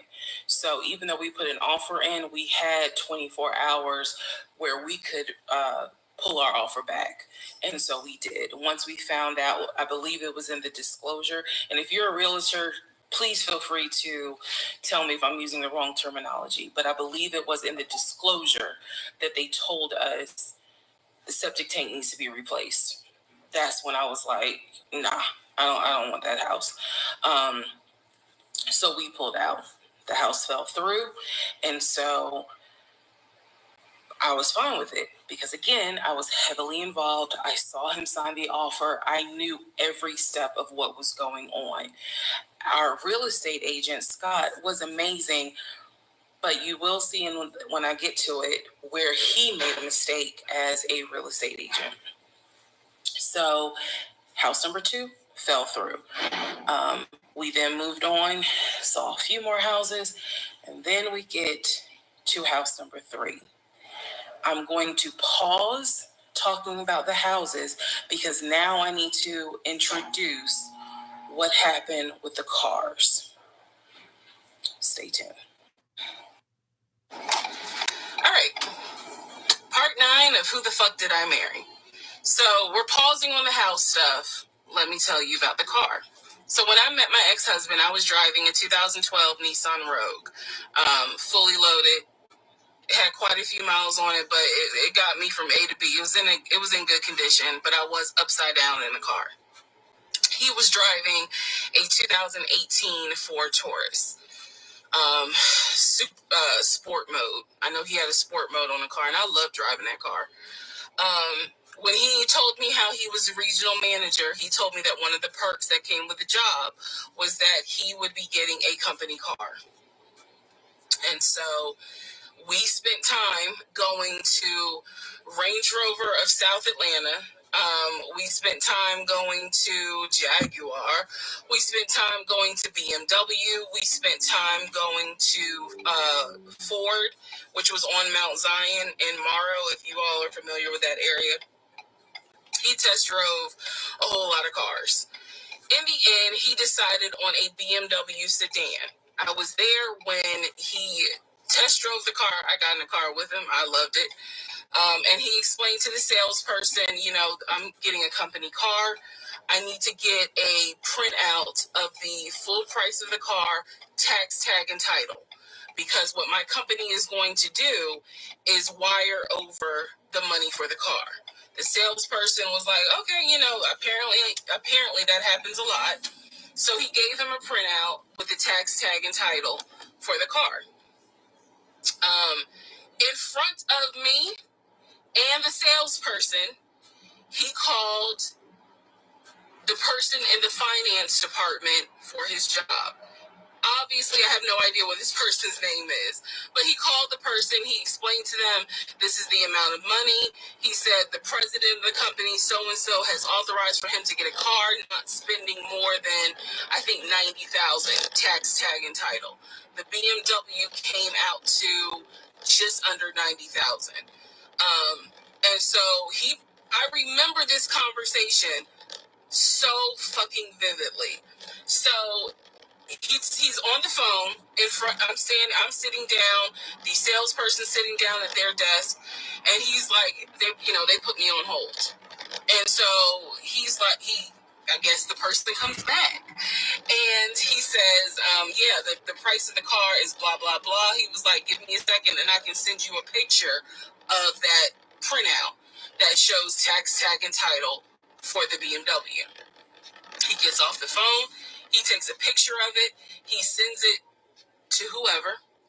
He waits about 10 minutes. He calls the person back. He says, did you get it? Apparently the person did get it. But the person who can actually physically do the wire transfer had gone home for the day. So what he says to the BMW salesperson, he's like, okay, we're going to have to do this tomorrow because so-and-so went home for the day. I don't know who the salesperson is. I can only tell you from my viewpoint what I thought. I had no reason to think this was a lie. I really didn't. Because again, you got to please keep in mind the circumstances that all of this is happening. We're inside the dealership. We're sitting at the desk of this person. He gave us the printout. He's on the phone, doing business, basically saying, look, this is how much money the car is going to cost. He's taking a picture of it. He seemingly is texting someone saying, this is how much, this is proof of how much it is. Then he asked the BMW salesperson, I need your wire transfer information. The guy got up, rushed over to, I guess, their finance area to get the bank wire information, because obviously you have to wire it a certain kind of way. Rushes back over, gives it to my ex-husband. My ex-husband's like, okay, first thing in the morning, we will get this wired over, and then, I'll come and pick up the car. My fiance, me, will drive me up here to pick up the car. So we leave. He felt like, because at the time that this all happened, I was pregnant. So he felt like, look, we're about to have a baby. I don't want you driving that Nissan Rogue. I want to get you something more secure, something new. I really wanted a Kia. I really wanted a Kia Telluride. And he was like, well, let's look at the warranty. This man knew a lot about cars. He knew a lot about the warranty. He knew a lot about the depreciation value. And so he did talk to me a lot about what will we get the most for our money. We test drove, when I say we, I test drove a Kia Telluride, a Kia Sorento. He didn't like either of those. He had me test drive a Ford Explorer. He didn't really care for that. Then came time where he really wanted me to get a BMW. He really wanted me to get a BMW X5. So he took me to Global BMW Imports, which, if you know anything about Atlanta, it's off of Cobb Parkway, but you can see it off the highway. I believe 285 is where you can see the Global Imports BMW dealership. He took me there. He had me test drive an X5, an X6. He also had me test drive I think I'm going to get the numbers wrong, a 525, which was a sedan. I did not like that. I wanted an SUV. I loved driving the BMW. He also had me drive an M Series, test drive an M Series. So he was very adamant that I should get a BMW. The reason being is because, according to him, he had a BMW in California when he lived in San Diego. He had a BMW that he loved. It was a white BMW. He showed me pictures of the BMW.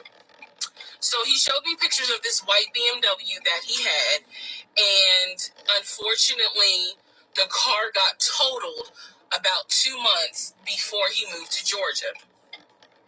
So he had received money, not a lot, but some money to get another car, and he used it to get the Ford Taurus because he was like, I just need a car that's going to get me from A to B until I get into a house and I'm much more settled. For him, he was like, I'm really giving myself 60 days to get settled here in Georgia after moving from California. But then he met me. Again, that's the story. So he had me test drive the BMW. So much so, I loved the BMW. Loved it. I wanted a dark blue BMW with cognac interior. I wanted an X5, and I wanted an M Series. So I can clearly tell y'all that's exactly the car I wanted. We were online looking for that particular car because not every dealership had it. I was okay with a black BMW if needed. But I really wanted dark blue, and I really wanted that cognac colored interior. So he felt like, I want you to consider all of a sudden an Audi Q8. Let's just see how you like it. If you don't really like it, then we will go back to the BMW. I cannot tell you why he switched up. I can't. But I can tell you he took me to an Audi dealership on Peachtree Industrial. He test drove an Audi, and I test drove an Audi Q8. I loved the Q8. Loved it. But I was tired of test driving cars. By this point, I had test driven so many cars. Our weekends were spent either looking at a house or test driving cars. And I was picky, I will admit that. So he had me test drive the Q8. I really liked it. I finally just told him, look, I'm good with either the BMW or the Audi, because I'm tired of test driving cars. He told my family he was buying me a new car because, keep in mind, let me let y'all know, he had met my family initially on Zoom because, again, we were locked down. He had met my family. He also had met my family in person because at this point, it was like, look, if you're not showing any symptoms, maybe we can do family dinner. And so we had. So he had met my family in person. And now we will go ahead and move towards part 10 of this series. Okay, part 10. Who the fuck did I marry? Okay, had to sneeze. All right, so at this point, I had test driven all these cars. Kias, hell, he even had me test drive a Nissan Murano, but the main two were BMW and an Audi. He had told my grandfather he was getting me a car. He had told my aunt he was getting me a car, that he was going to, he was like, she's going to be my wife. I want her to be in something secure. So my family was really like, wow, who knew that he had this kind of money? And so I hated the fact that he did that, because anytime he got around my family, here's another red flag to put in the United Nations of red flags. He would always talk about money, and he would always brag. I never realized it in real time. I didn't realize it until I was out of the situation. He always bragged about the fact that he could fight, the fact that he had money, and the fact that he played football. Those are the three things he always bragged about. Back to the cars. So I told him, I was like, pick one between the BMW and the Audi, because you said you buying it. So pick one. So this man chose the Audi. So he takes me to the dealership. I wanted a white Q8. He does give me the printout of how much it's going to cost, tax, tag, and title, to get this Q8. Gentleman who's helping us gives him the printout. He's saying he's going to pay this money for the car out of the savings account that's offshore. That's the story. That's what he's saying. So he apparently is asking the guy, is there a holding fee? Can I pay a holding fee to secure this car while I'm working to get the money transferred? Because obviously with COVID, it's going to take long for the banks to transfer the money. Side note, I need everyone to understand, one of the reasons why he was able to get away with the stuff he got away with is because we were on lockdown. It's crazy because it's now 2024, but I don't know, do we all remember how it seemed like a lot of stuff stopped in 2020? Now, keep in mind, that's not an excuse I'm making, because shit still got done.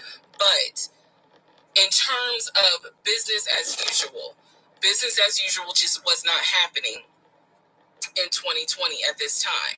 So when he's saying, it's going to take a while for the bank to transfer the money, the gentleman who was working at Audi he didn't make a face. He didn't blink. He was like, I know it's going to take a while because of COVID.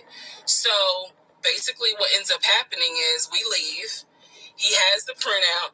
He calls the bank, or he calls his financial advisor, who does have a name. The financial advisor's name is Eric. I feel comfortable using certain people's names, especially if we find out they didn't exist. So he calls Eric. He tells Eric in front of me, hey, I need to transfer $72,526, whatever the amount was, because I'm buying a car for my fiance. This is the bank account information. Do you need me to give it to you over the phone, or do you need me to email it to you? Pause. I can't hear what the person's saying, but that's what he would do. Do you need me to give it to you over the phone, or can I email it to you? Okay. All right, give me a few minutes and I'll go ahead and email it to you. All right, let me know. I'll call you back to find out if you received it. Okay, hang up. So I'm hearing this because, again, I'm not paying attention to, did I hear anybody on the other phone?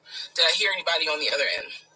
So he proceeds to type up an email, type up something, telling him this is the information that we need. I didn't think anything of it. He called me at work the next day to tell me that the money was sent to Audi, that he called Audi, and he confirmed with Audi that they received the money. What he told me is that the car is going to be delivered to the house. Y'all, it's not that I lived in the hood, because I didn't, but I did not live in an area of Clayton County where you would have a brand new Audi delivered to your house.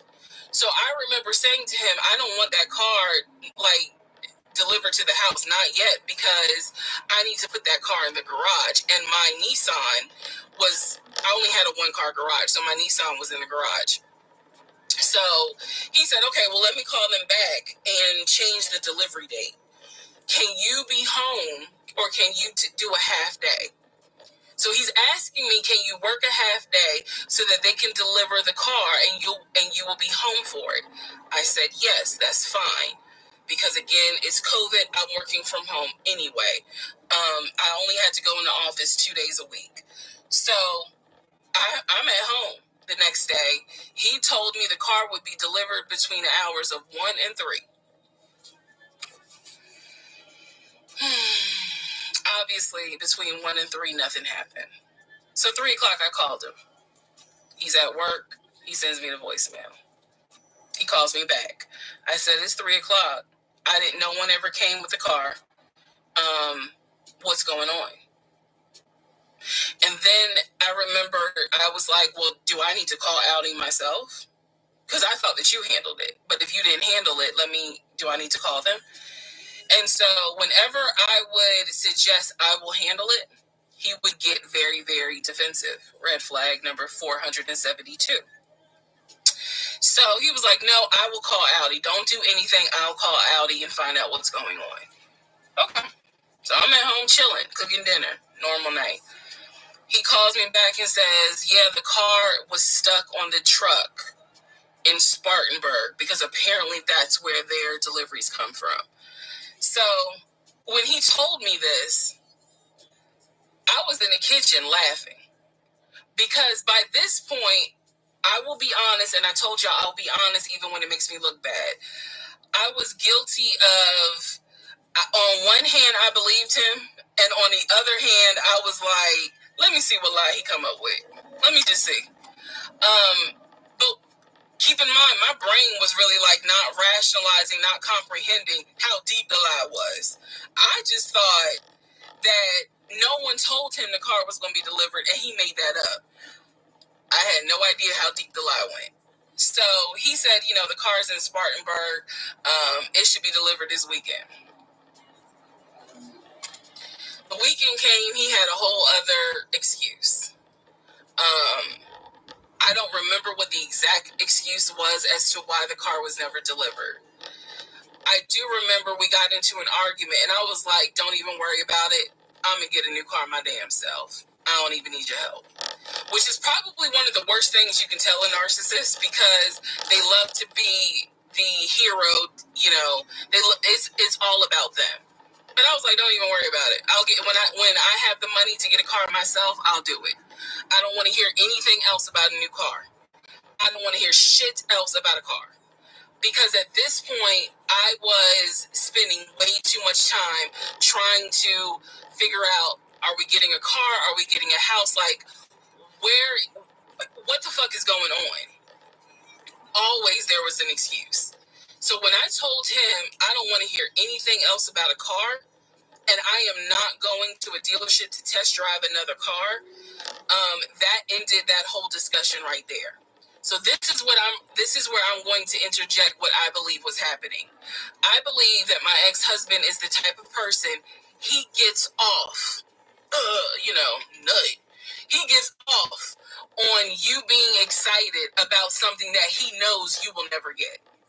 So I believe that he enjoyed going to car dealerships. He enjoyed watching me test drive a car and get excited about it, knowing I was not going to get it.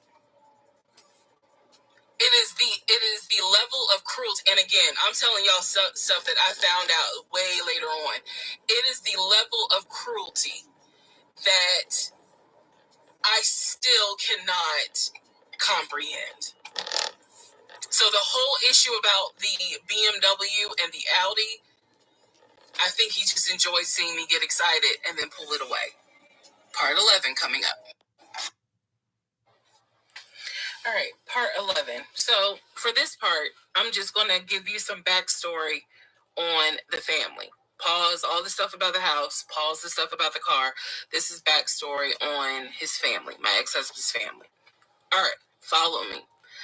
My ex-husband's parents, mom and dad, are both deceased. Mom passed away from cancer. Dad passed away shortly after her. I'm not sure what he passed away from. So he has a number of siblings. He has two, with his parents, he has two brothers. One is older, lives in Philly. One is younger by 2 years, lives in Nashville. He has two sisters. One, Shantae, is older, lives in Douglasville with her husband and two kids, a boy and a girl.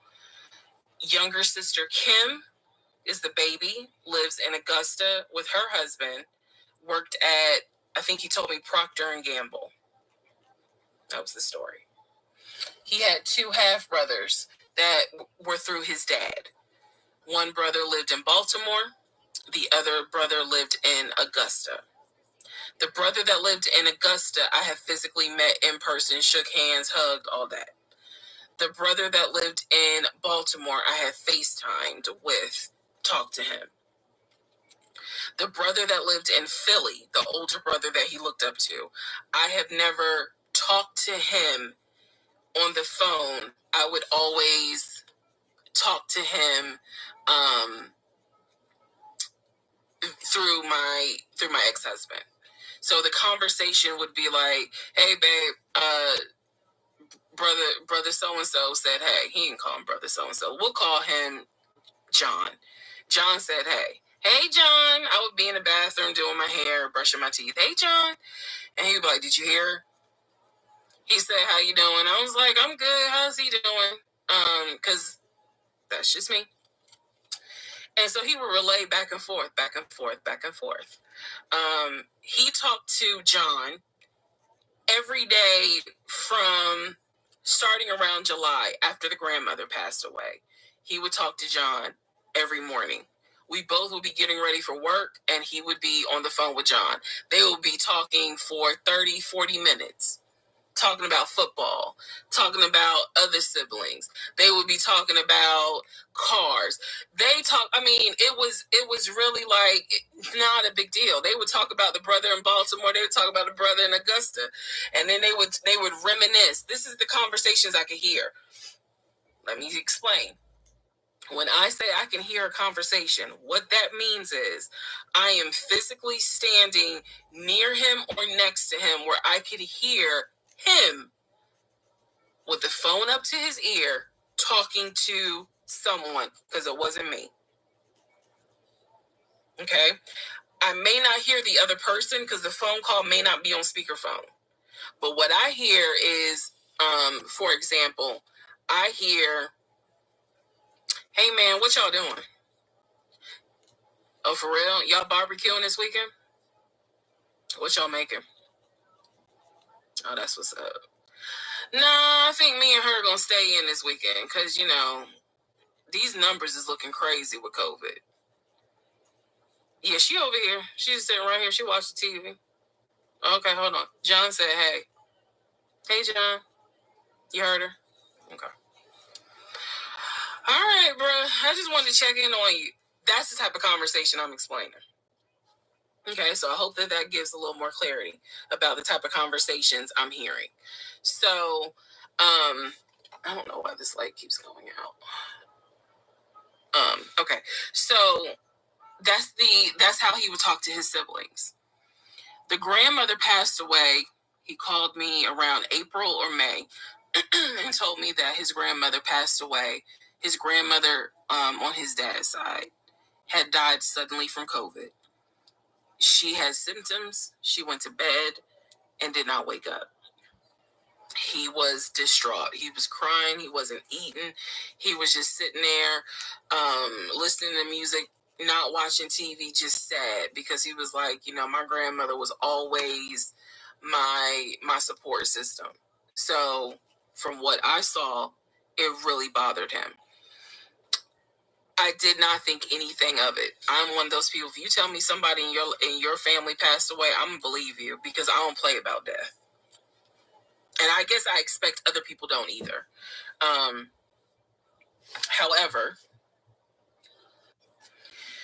that is not the same for everyone else. But we'll get there. So, family. He had his sister Shantae, who lived in Douglasville. Like I said, she was married with 2 kids. Apparently, she was a nurse. So when I had my miscarriage, that was a sister that he was like, my sister will take you to the hospital. Like, that's what family does. Okay. I had never met Shantae. I've been on the phone, I've been around him when he was on the phone with Shantae. Never heard her part of the conversation. But he would be talking to his sister. That's what he said. That's what it sounded like too. Now, what is interesting is that we lived maybe 35, 40 minutes away from Douglasville. So there were plenty of times that he had invited me to go with him to his sister's house.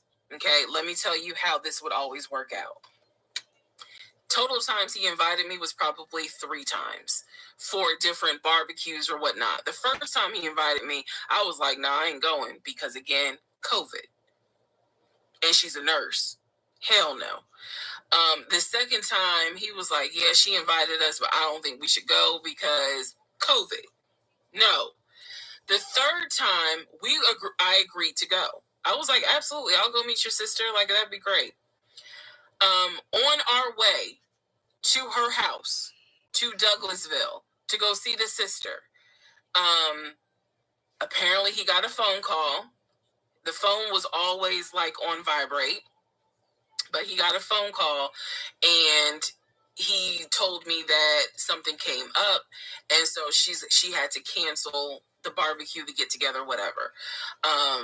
And so I was just like, oh man, okay, well, hopefully we can go another time. It didn't happen close enough for me to have red flags, if that makes sense. But at this point, as y'all probably like, girl, you so blind. But again, I didn't think anything of it because it's like, okay, it fell through. We'll see. We'll reschedule. And so we just went out to eat, and then he talked to another brother, the brother from Augusta that he would have on speakerphone. So it was like, I didn't think anything of it. I really didn't. Man, and the more I talk about it, the more I realize, like, I'm not a dumb person, but it just never dawned on me the things that you have to now investigate. It didn't dawn on me, but nevertheless, that is the backstory for his family, right? Grandmother passed away. 3 weeks later, he called me and told me his uncle had passed away from COVID. The uncle had tested positive, had to go into the hospital, and he died.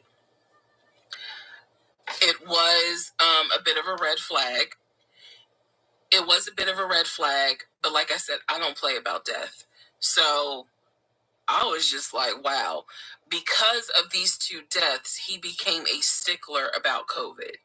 And when I mean a stickler, wear your mask, wear gloves, hand sanitize, wash your hands. Like, he was annoying about making sure neither one of us caught COVID.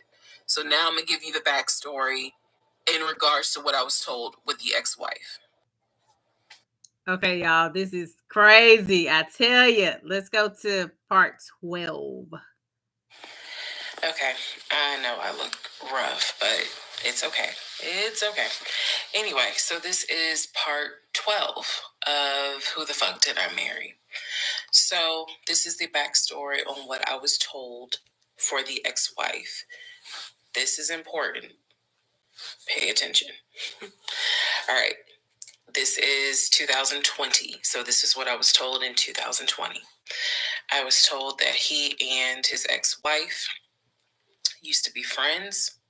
Then they started dating and subsequently got married. They got married in California. He had bought a house with the money that he made from arena football. They had apparently gotten married on the downward of the arena football career. Had a nice house. He showed me a picture of the house, showed me pictures inside the house. Remember that? Showed me pictures inside the house. It was a really nice home in San Diego. And basically what happened was that he came home from work early one day and the hiccup, sorry. Came home early from work one day and his wife was sleeping with another man. The man was in the house. He and the man get into it. Her son, who is about 17 years old in 2020, she had 2 kids, a daughter and a son. The son apparently was on his way home from school when my ex-husband found his previous wife in bed with another man. So the story goes that he and the guy fought. He kicked the guy out. He kicked his ex-wife out, but told her the kids could stay. The kids are not biologically his. Those are his stepkids. She was like, you must be kidding. Like, I'm not leaving my kids here. The kids are old enough to where they were like, we don't want to go because you fucked up. We don't want to leave. So apparently she leaves. The kids stay with him for a few weeks.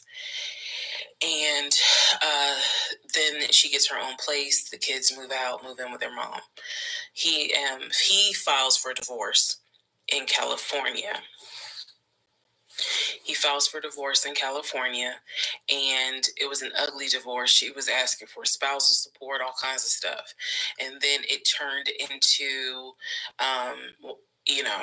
I'll help you with the kids, not child support, but just I will give you some money for the kids, because apparently he was very close to the kids and he wanted to keep a relationship with the kids. Their biological fathers, apparently there were two fathers, their biological fathers were not in the picture. So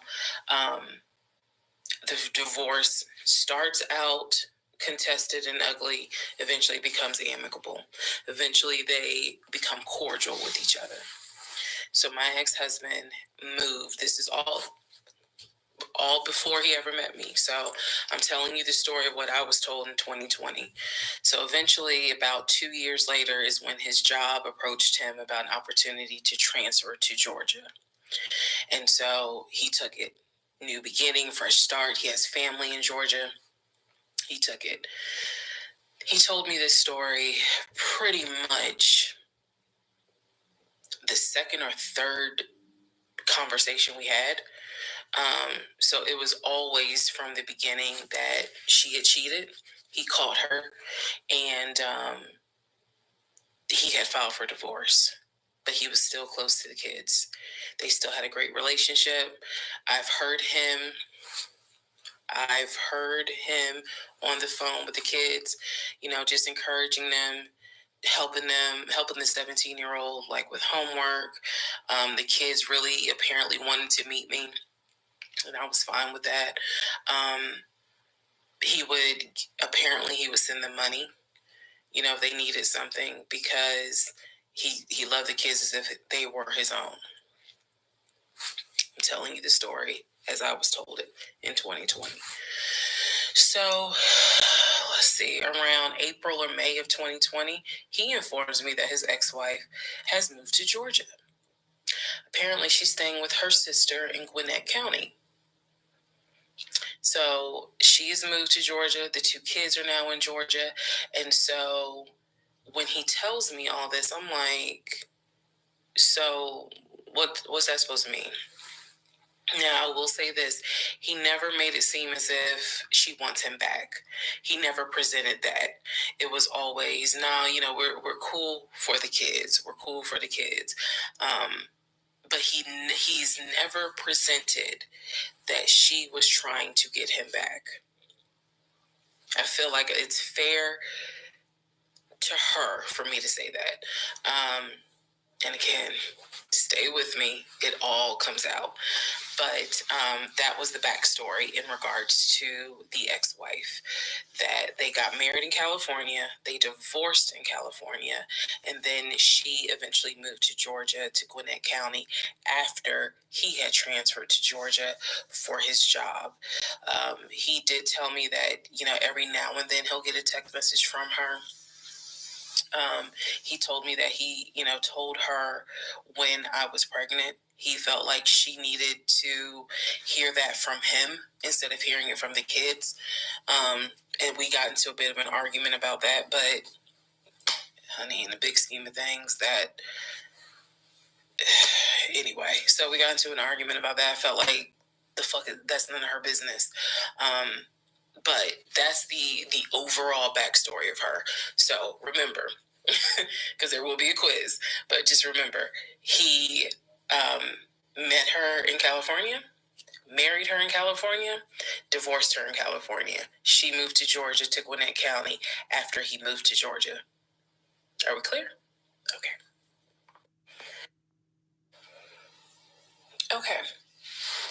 Part 13 of Who the Fuck Did I Marry? So I've kind of given you guys all the backstory. Let's just kind of recap real quick. So I told you how we met in March of 2020. Basically, Georgia got shut down. I keep saying shut down, got locked down. We decided to quarantine together. I know it was crazy. It was crazy. I really liked him and thought he liked me. So I told you guys how we met. Things moved at a rapid pace. Met in March. Moved in together pretty much end of March, beginning of April. Found out I was pregnant in May. Lost the baby in June. Had to have surgery in July. Started looking for houses. Started looking at cars. All this stuff happened literally between March and in August is when I got my car. So, got a car in August. He paid the down payment for that car. Which I was shocked by. And no, it was not a BMW or an Audi. It was a Nissan Altima. But I loved that car at the time. So he paid the down payment for that car. Told me he would help me with the car payment.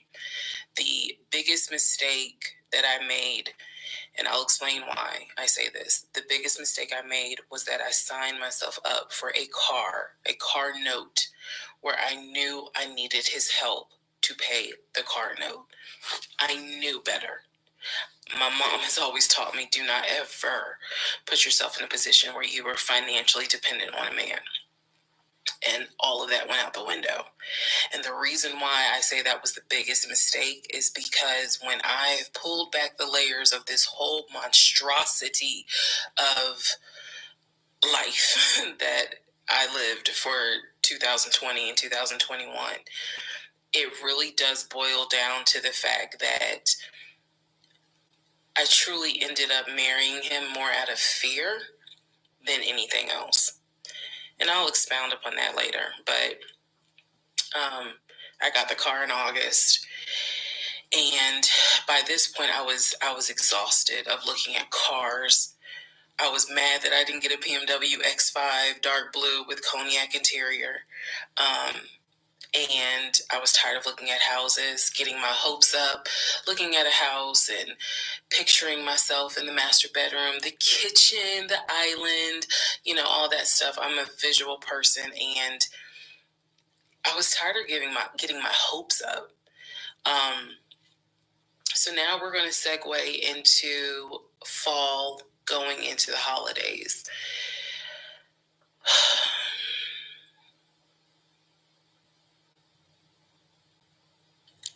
Here's what happened. In October, we looked at another house. This house was in Marietta. Absolutely gorgeous. It was gorgeous. I want to say that the house was about $700,000. I really liked the house. I could see myself living there. I could see myself cooking there. And so subsequently, my ex-husband put in an all-cash offer on that house. I watched him put an all-cash offer in on the house.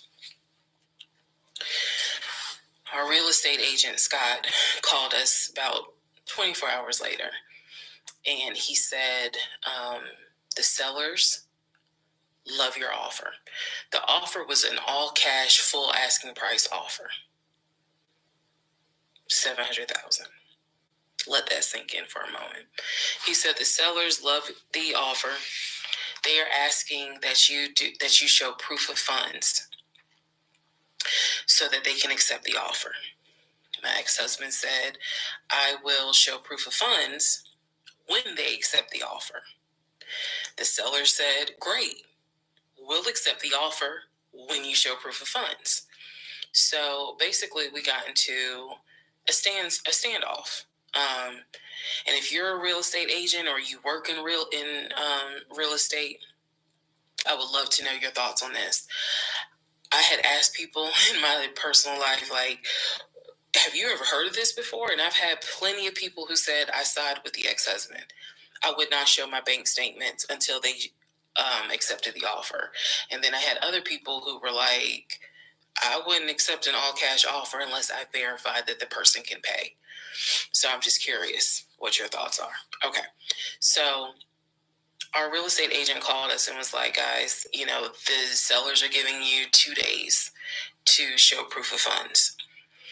I had the letter that he showed me from Chase. I sent that to Scott, but that was for a mortgage. The offer was for all cash. So he needed to show proof of funds that he had the cash to pay $700,000. He didn't show it. He refused to budge on showing them proof of funds until they accepted the offer, because he was afraid that they were going to create a bidding war. So what ended up happening was Scott called us and said, I apologize because I didn't do my due diligence as a realtor.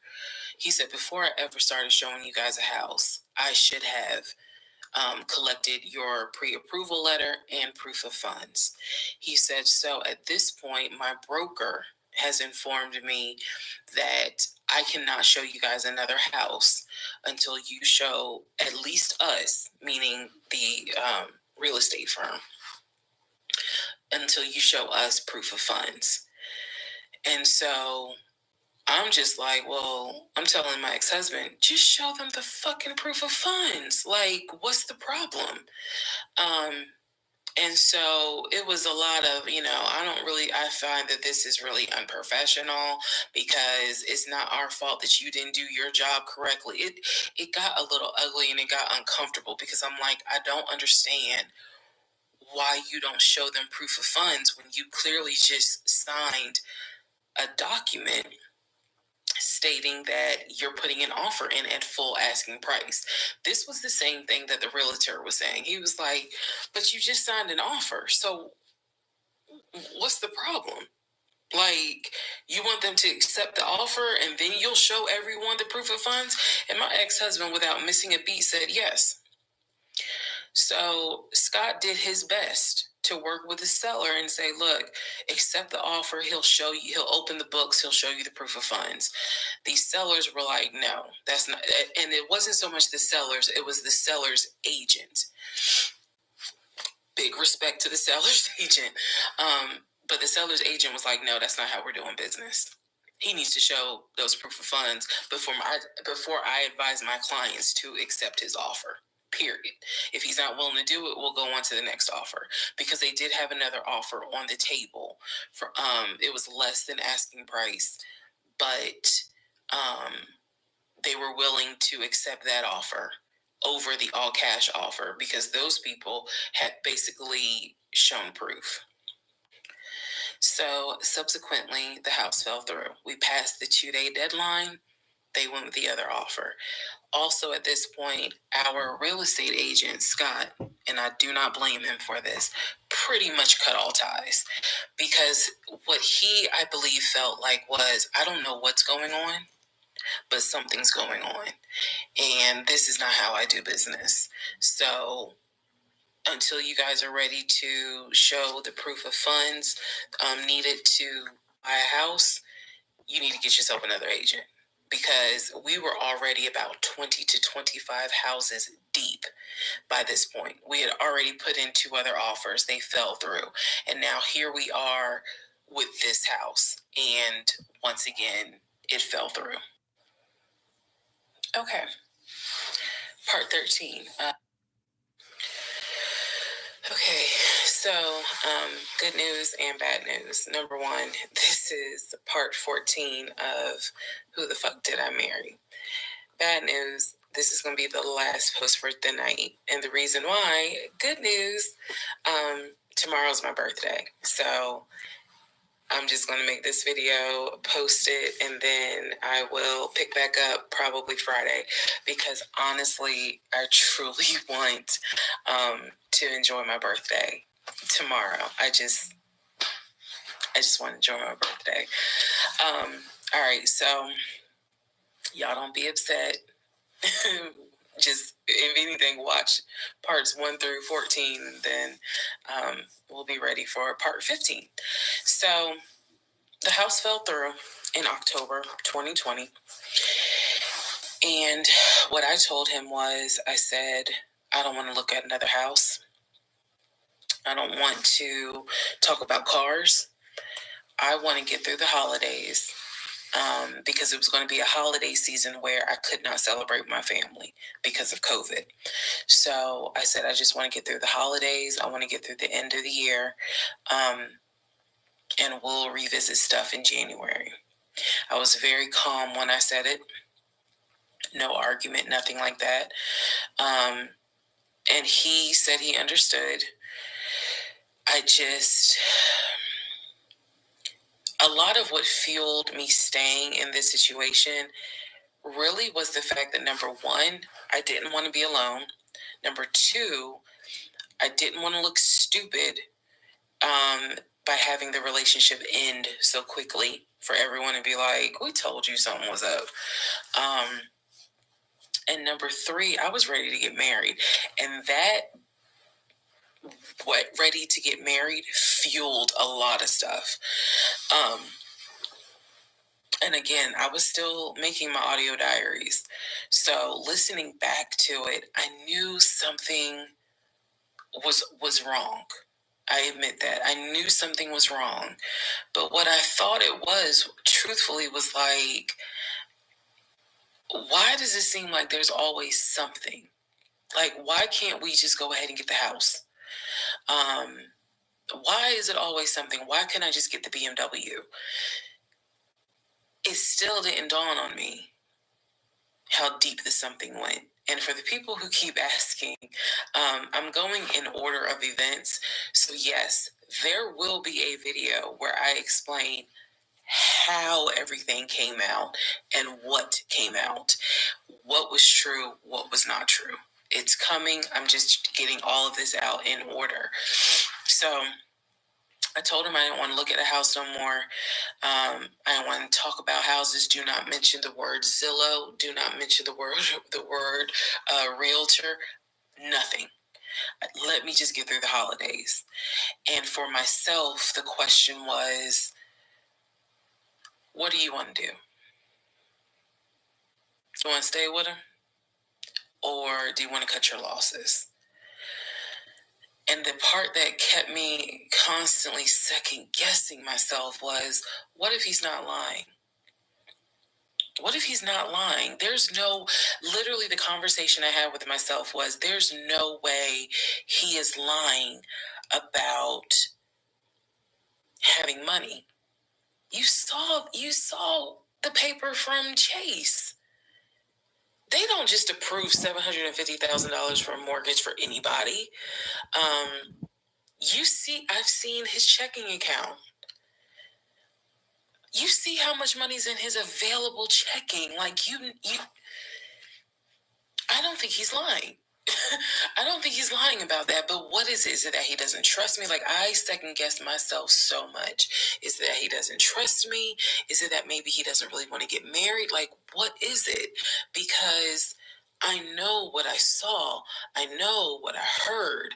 I know that he's having conversations about move the money from this account to that account. I know he's paying my car note and all these bills. Like, clearly this man is making money. I know that I saw the the letter from HR that states his new salary is 200 and something thousand. And I remember thinking, like, God, what am I missing? I'm missing something, but what is it? Because I know what I've seen. I know what I have touched. I have physically touched these papers. Like, I know how to read. So what is it that I am missing? He's close to his family. He talks to them all the time.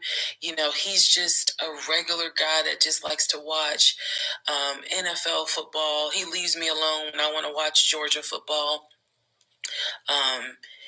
He's paying the bills, groceries. I haven't had to worry financially since I've met him. And as a woman who had lived on her own, paying her own bills, my God, that is the most intoxicating feeling when you meet a guy who just takes your stress and your worry away financially.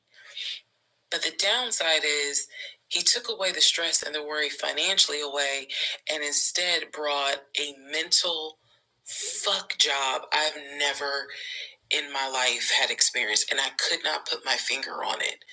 I couldn't really talk to anybody about it because I'm a big believer in what happens at home stays at home. So I didn't talk to my girlfriends about it. I didn't talk to my family about it. But I just remember being like, what am I missing? What am I missing? So we did not talk about houses. We did not look at cars. We didn't do any of that for November, December. And he came to me like around Thanksgiving, and what I thought was a very open, loving conversation. And in that conversation, he was like, okay, I know I have fucked up. I know that things are not feeling too strong right now. He was like, I want us to get married. I want a home. I will show you whatever you need to see to put you at ease. He was very like contrite. He was very just like, what do I need to do to put your mind at ease so that you know I'm in this and that I want this and that I love you and I want you to be my wife. So I was like, show me your accounts. He showed me his checking. He showed me one of his savings. He showed me a Chase savings. He did not show me the offshore. And he did not show me the U.S. bank. So he showed me those two accounts, checking and Chase savings. So I knew that there was money. What I saw in those accounts, there was money. I told him, I was like, if we're going to buy a house, I want it to be through the mortgage on Chase. I don't want to deal with this proof of fund shit no more. I said, I do not want to look at another house until the beginning of the new year. He said, okay. That is when we then had a conversation. So I guess I lied because we are going to have a part 15 or 16 tonight. But that is when we then had the discussion about marriage. And that is where religion came into play. Yeah, I'll give y'all the other part tonight. Stand by. The fuck did I marry? This is the interlude, basically. I'm not recapping on this video. I'm just kind of answering some stuff that has been written to me. Someone was like, why are you airing your business out on social media? It's a valid question. For me personally, I feel like this was traumatic to experience, to live through. And I'll expound on that on another video, the aftermath of the toll that this took. Honestly, and I know some people are going to be like, that sounds crazy. It is kind of cathartic to get this out because I cannot tell you how much of this has been internalized since 2020. Also, I don't want to seem like a cautionary tale to other women or to men for that matter. But to my sisters, to my ladies, white, black, Hispanic, Asian, doesn't matter. If something does not sit right with you, investigate it. I cannot stress that enough. If just one woman watches these videos and she's like, you know what? Something don't sit right with me. Let me look into this. Then it was worth it. Yes, it is a Lifetime movie. Yes, it is Netflix. Yes, it is crazy. Yes, it is hilarious also. And I understand all of those reactions. As someone who lived it,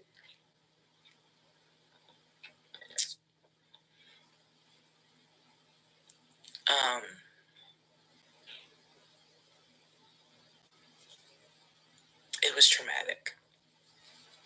But I feel like, God, it feels good to finally admit what the fuck I went through. And again, by the time this is uploaded, I'm only to January of 2021, right after getting married. So when I think back on it, there's things that I'm very, very grateful for. There are things that I'm just like, why did you not pay attention? Why did you not question? And the sad part is, I can't even begin to tell you. I don't remember the woman I was before I met that man. I don't remember. Because going through something like that, it changes you. And I've seen some women in the comments who were like, I was married to a habitual liar. I was married to a pathological liar. My baby daddy's a pathological liar. And my heart goes out to them, because until you have dealt with someone so depraved, you really don't quite know how bad it can get. So I'm fully aware that this was a risk, putting this out on social media, telling my story, my truth, and really kind of being like, look, this is what I went through. I made dumb decisions. I overlooked things I should not have overlooked. I argued away things I should not have argued away. I can pinpoint exactly the moment I should have left. I still feel like God is sitting on the throne and he's like, I never planned for your monkey ass to marry him. I never even planned for you to go out and date with him. That's why I blew your tire. But you hard-headed and you went anyway. And then I tried to go ahead and show you signs. You ignored them. Like, I feel like God did everything to help me as his child be like, this is not who I created to be your helpmate. And I was like, God, you taking too long. I want to get married. You taking too long. I want to have a family. You taking too long. And these are the consequences that I am paying for basically telling God, you took too long. And I feel like God's grace is sufficient. It is. But at the same time, and I'm not perfect. I mean, not perfect at all. None of us are. But I do feel like when I sit back and I replay the events that happened, I truly cannot believe that was my story. Because all I wanted was to meet a guy, for him to be my best friend, for us to get married, have a family. I wanted someone I could make fun of his big old forehead, and he make fun of my nappy head and all my wigs, and yet he was my ride or die. I wanted someone that I could be like, man, help me with these kids, and he helped me with the kids. We had a nice home. We were comfortable. That is what I wanted. And I said this before, and I say it again. I truly hoped it was my turn. You see the women who are, so happy, and, they're in these loving marriages, and life just looks good. Okay, what she failed to realize that a lot of these people that are in marriages, they are not happy at all. Okay. How I know, because I do people's makeup, they talk to me. Girl, that's a front. Most of these people that's in these marriages are not happy at all. But let's proceed. We really wanted it to be my turn. And so I excused excused away a lot of stuff that I hope the next woman who sees this does not excuse, because I don't wish this on anybody. I don't wish this on anyone, to feel the way I felt the moment I discovered the whole truth. So I just wanted to say that, because I think it's important to try to answer the why is she posting this. Honestly, I was tired of holding it in.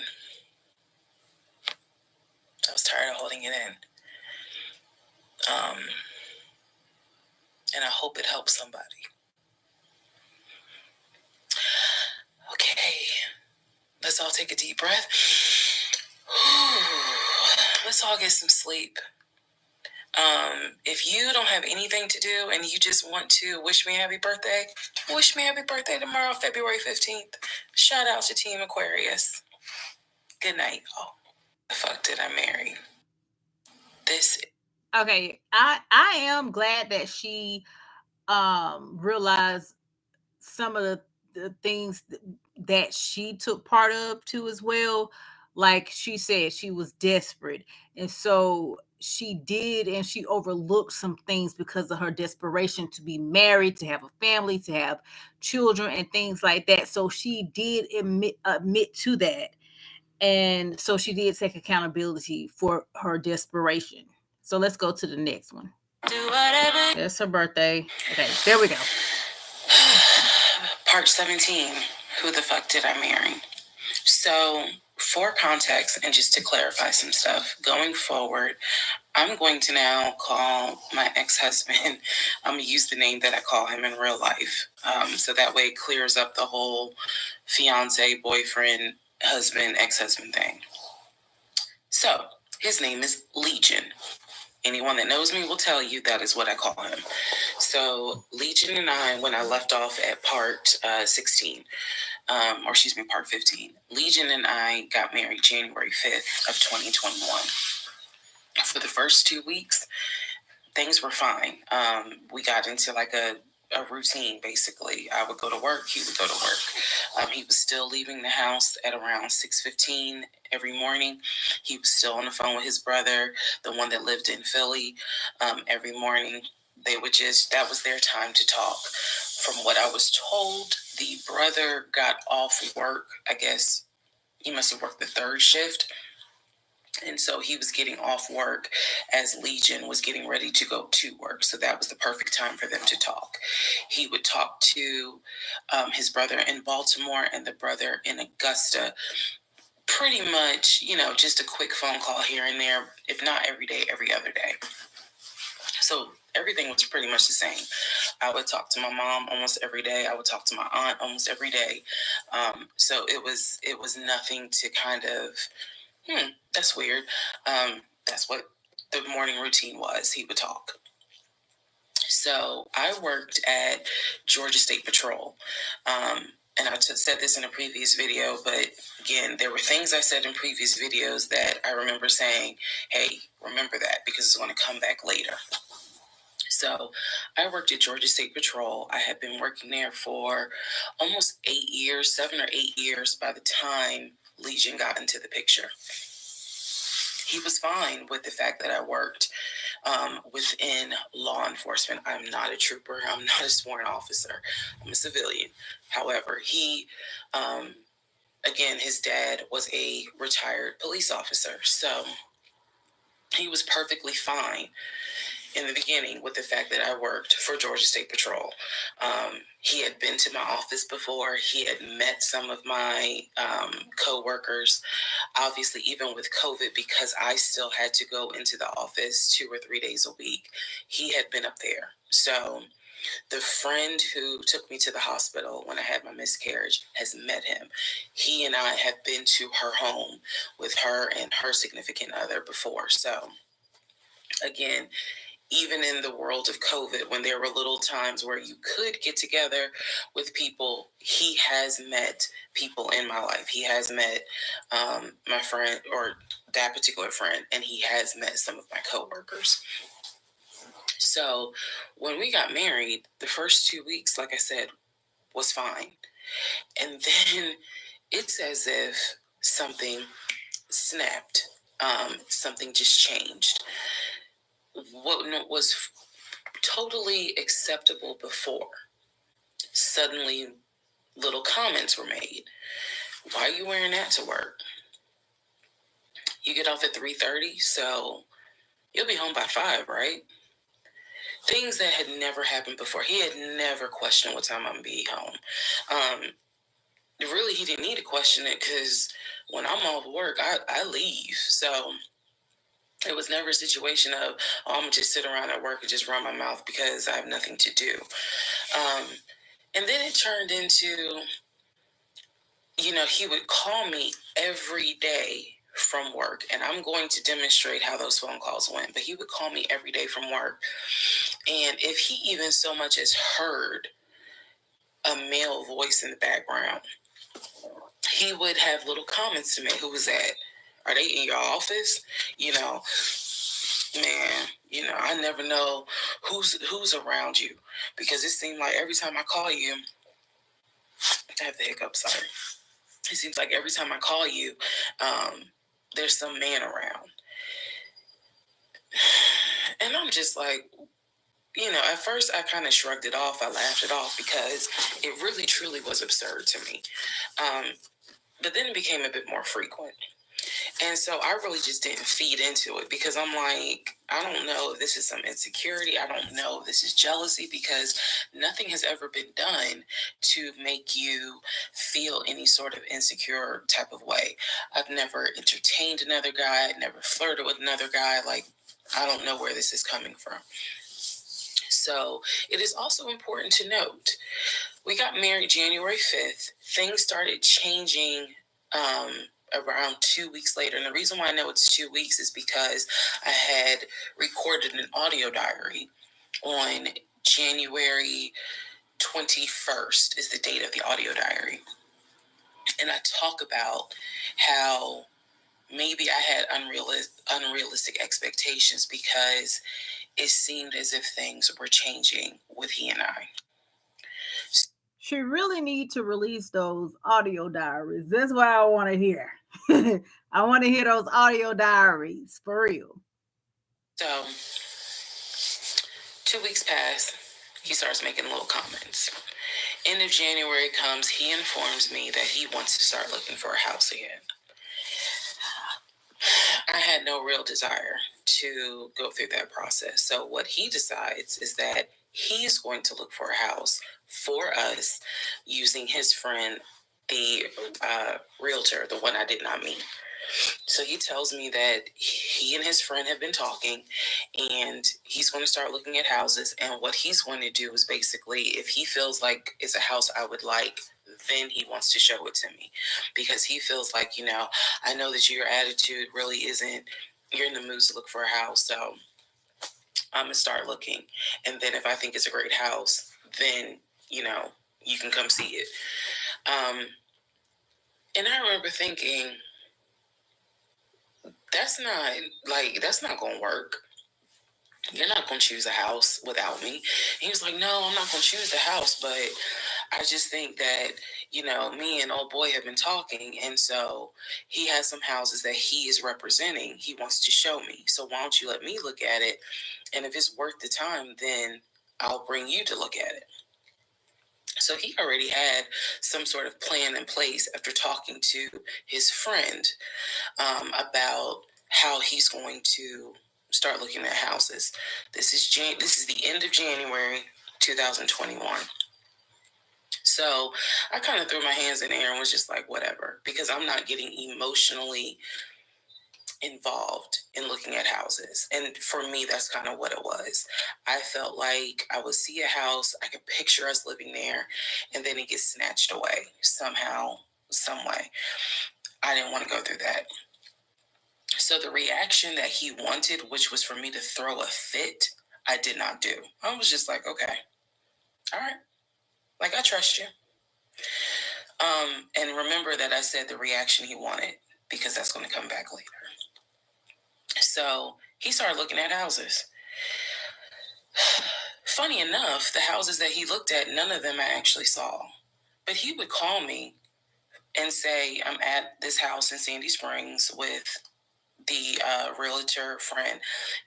Apparently his realtor friend's name was Scott, not to be confused with the other Scott, the one that was actually helping us, that dropped us as clients. I want to make that clear. There were two Scotts. One is the realtor who was representing us, who said, hey, I need proof of funds. If you don't have those proof of funds, I cannot show you any more houses. The other Scott is his friend, who he had talked to on the phone at least 50 to 100 times in front of me. That's the Scott that he said is going to show me this house in Sandy Springs. Apparently, the house was like $800,000. So he was like, I think that if I like the house, then I'm gonna bring you out here so you can see it. All right. Now let's go into part 18. Okay, part 18. Who the fuck did I marry? So he starts looking at houses in Sandy Springs, Alpharetta area with his friend Scott. I did not see any of these houses. I did not go. I didn't want to go.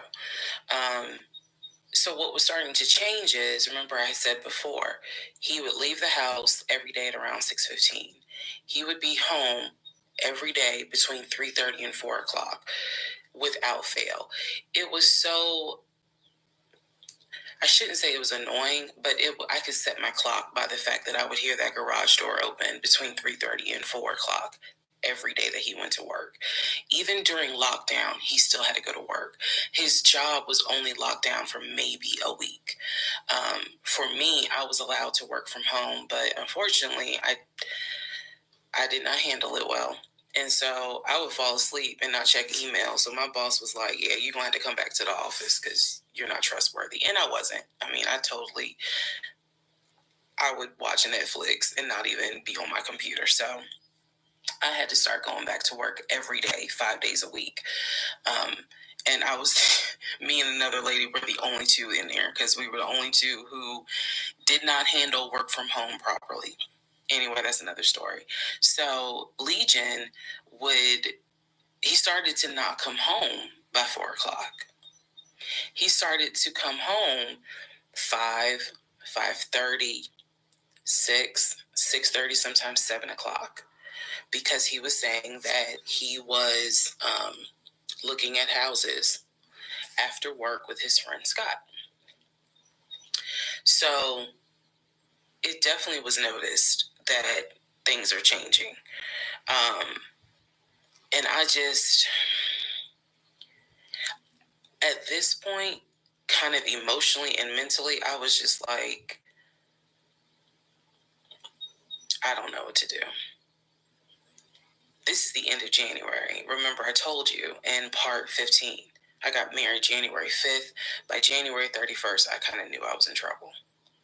And by the end of January, sure enough, I knew things were changing in a way that I was like, I hate to sound redundant, but what the fuck is going on? So he's still maintaining the story of looking for a house. I had already let him know my lease is up in August. When my lease is up in August, I am moving to Cobb County.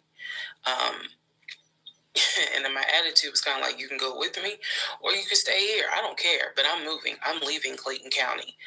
The reason why I was so adamant to move was not because of Clayton County.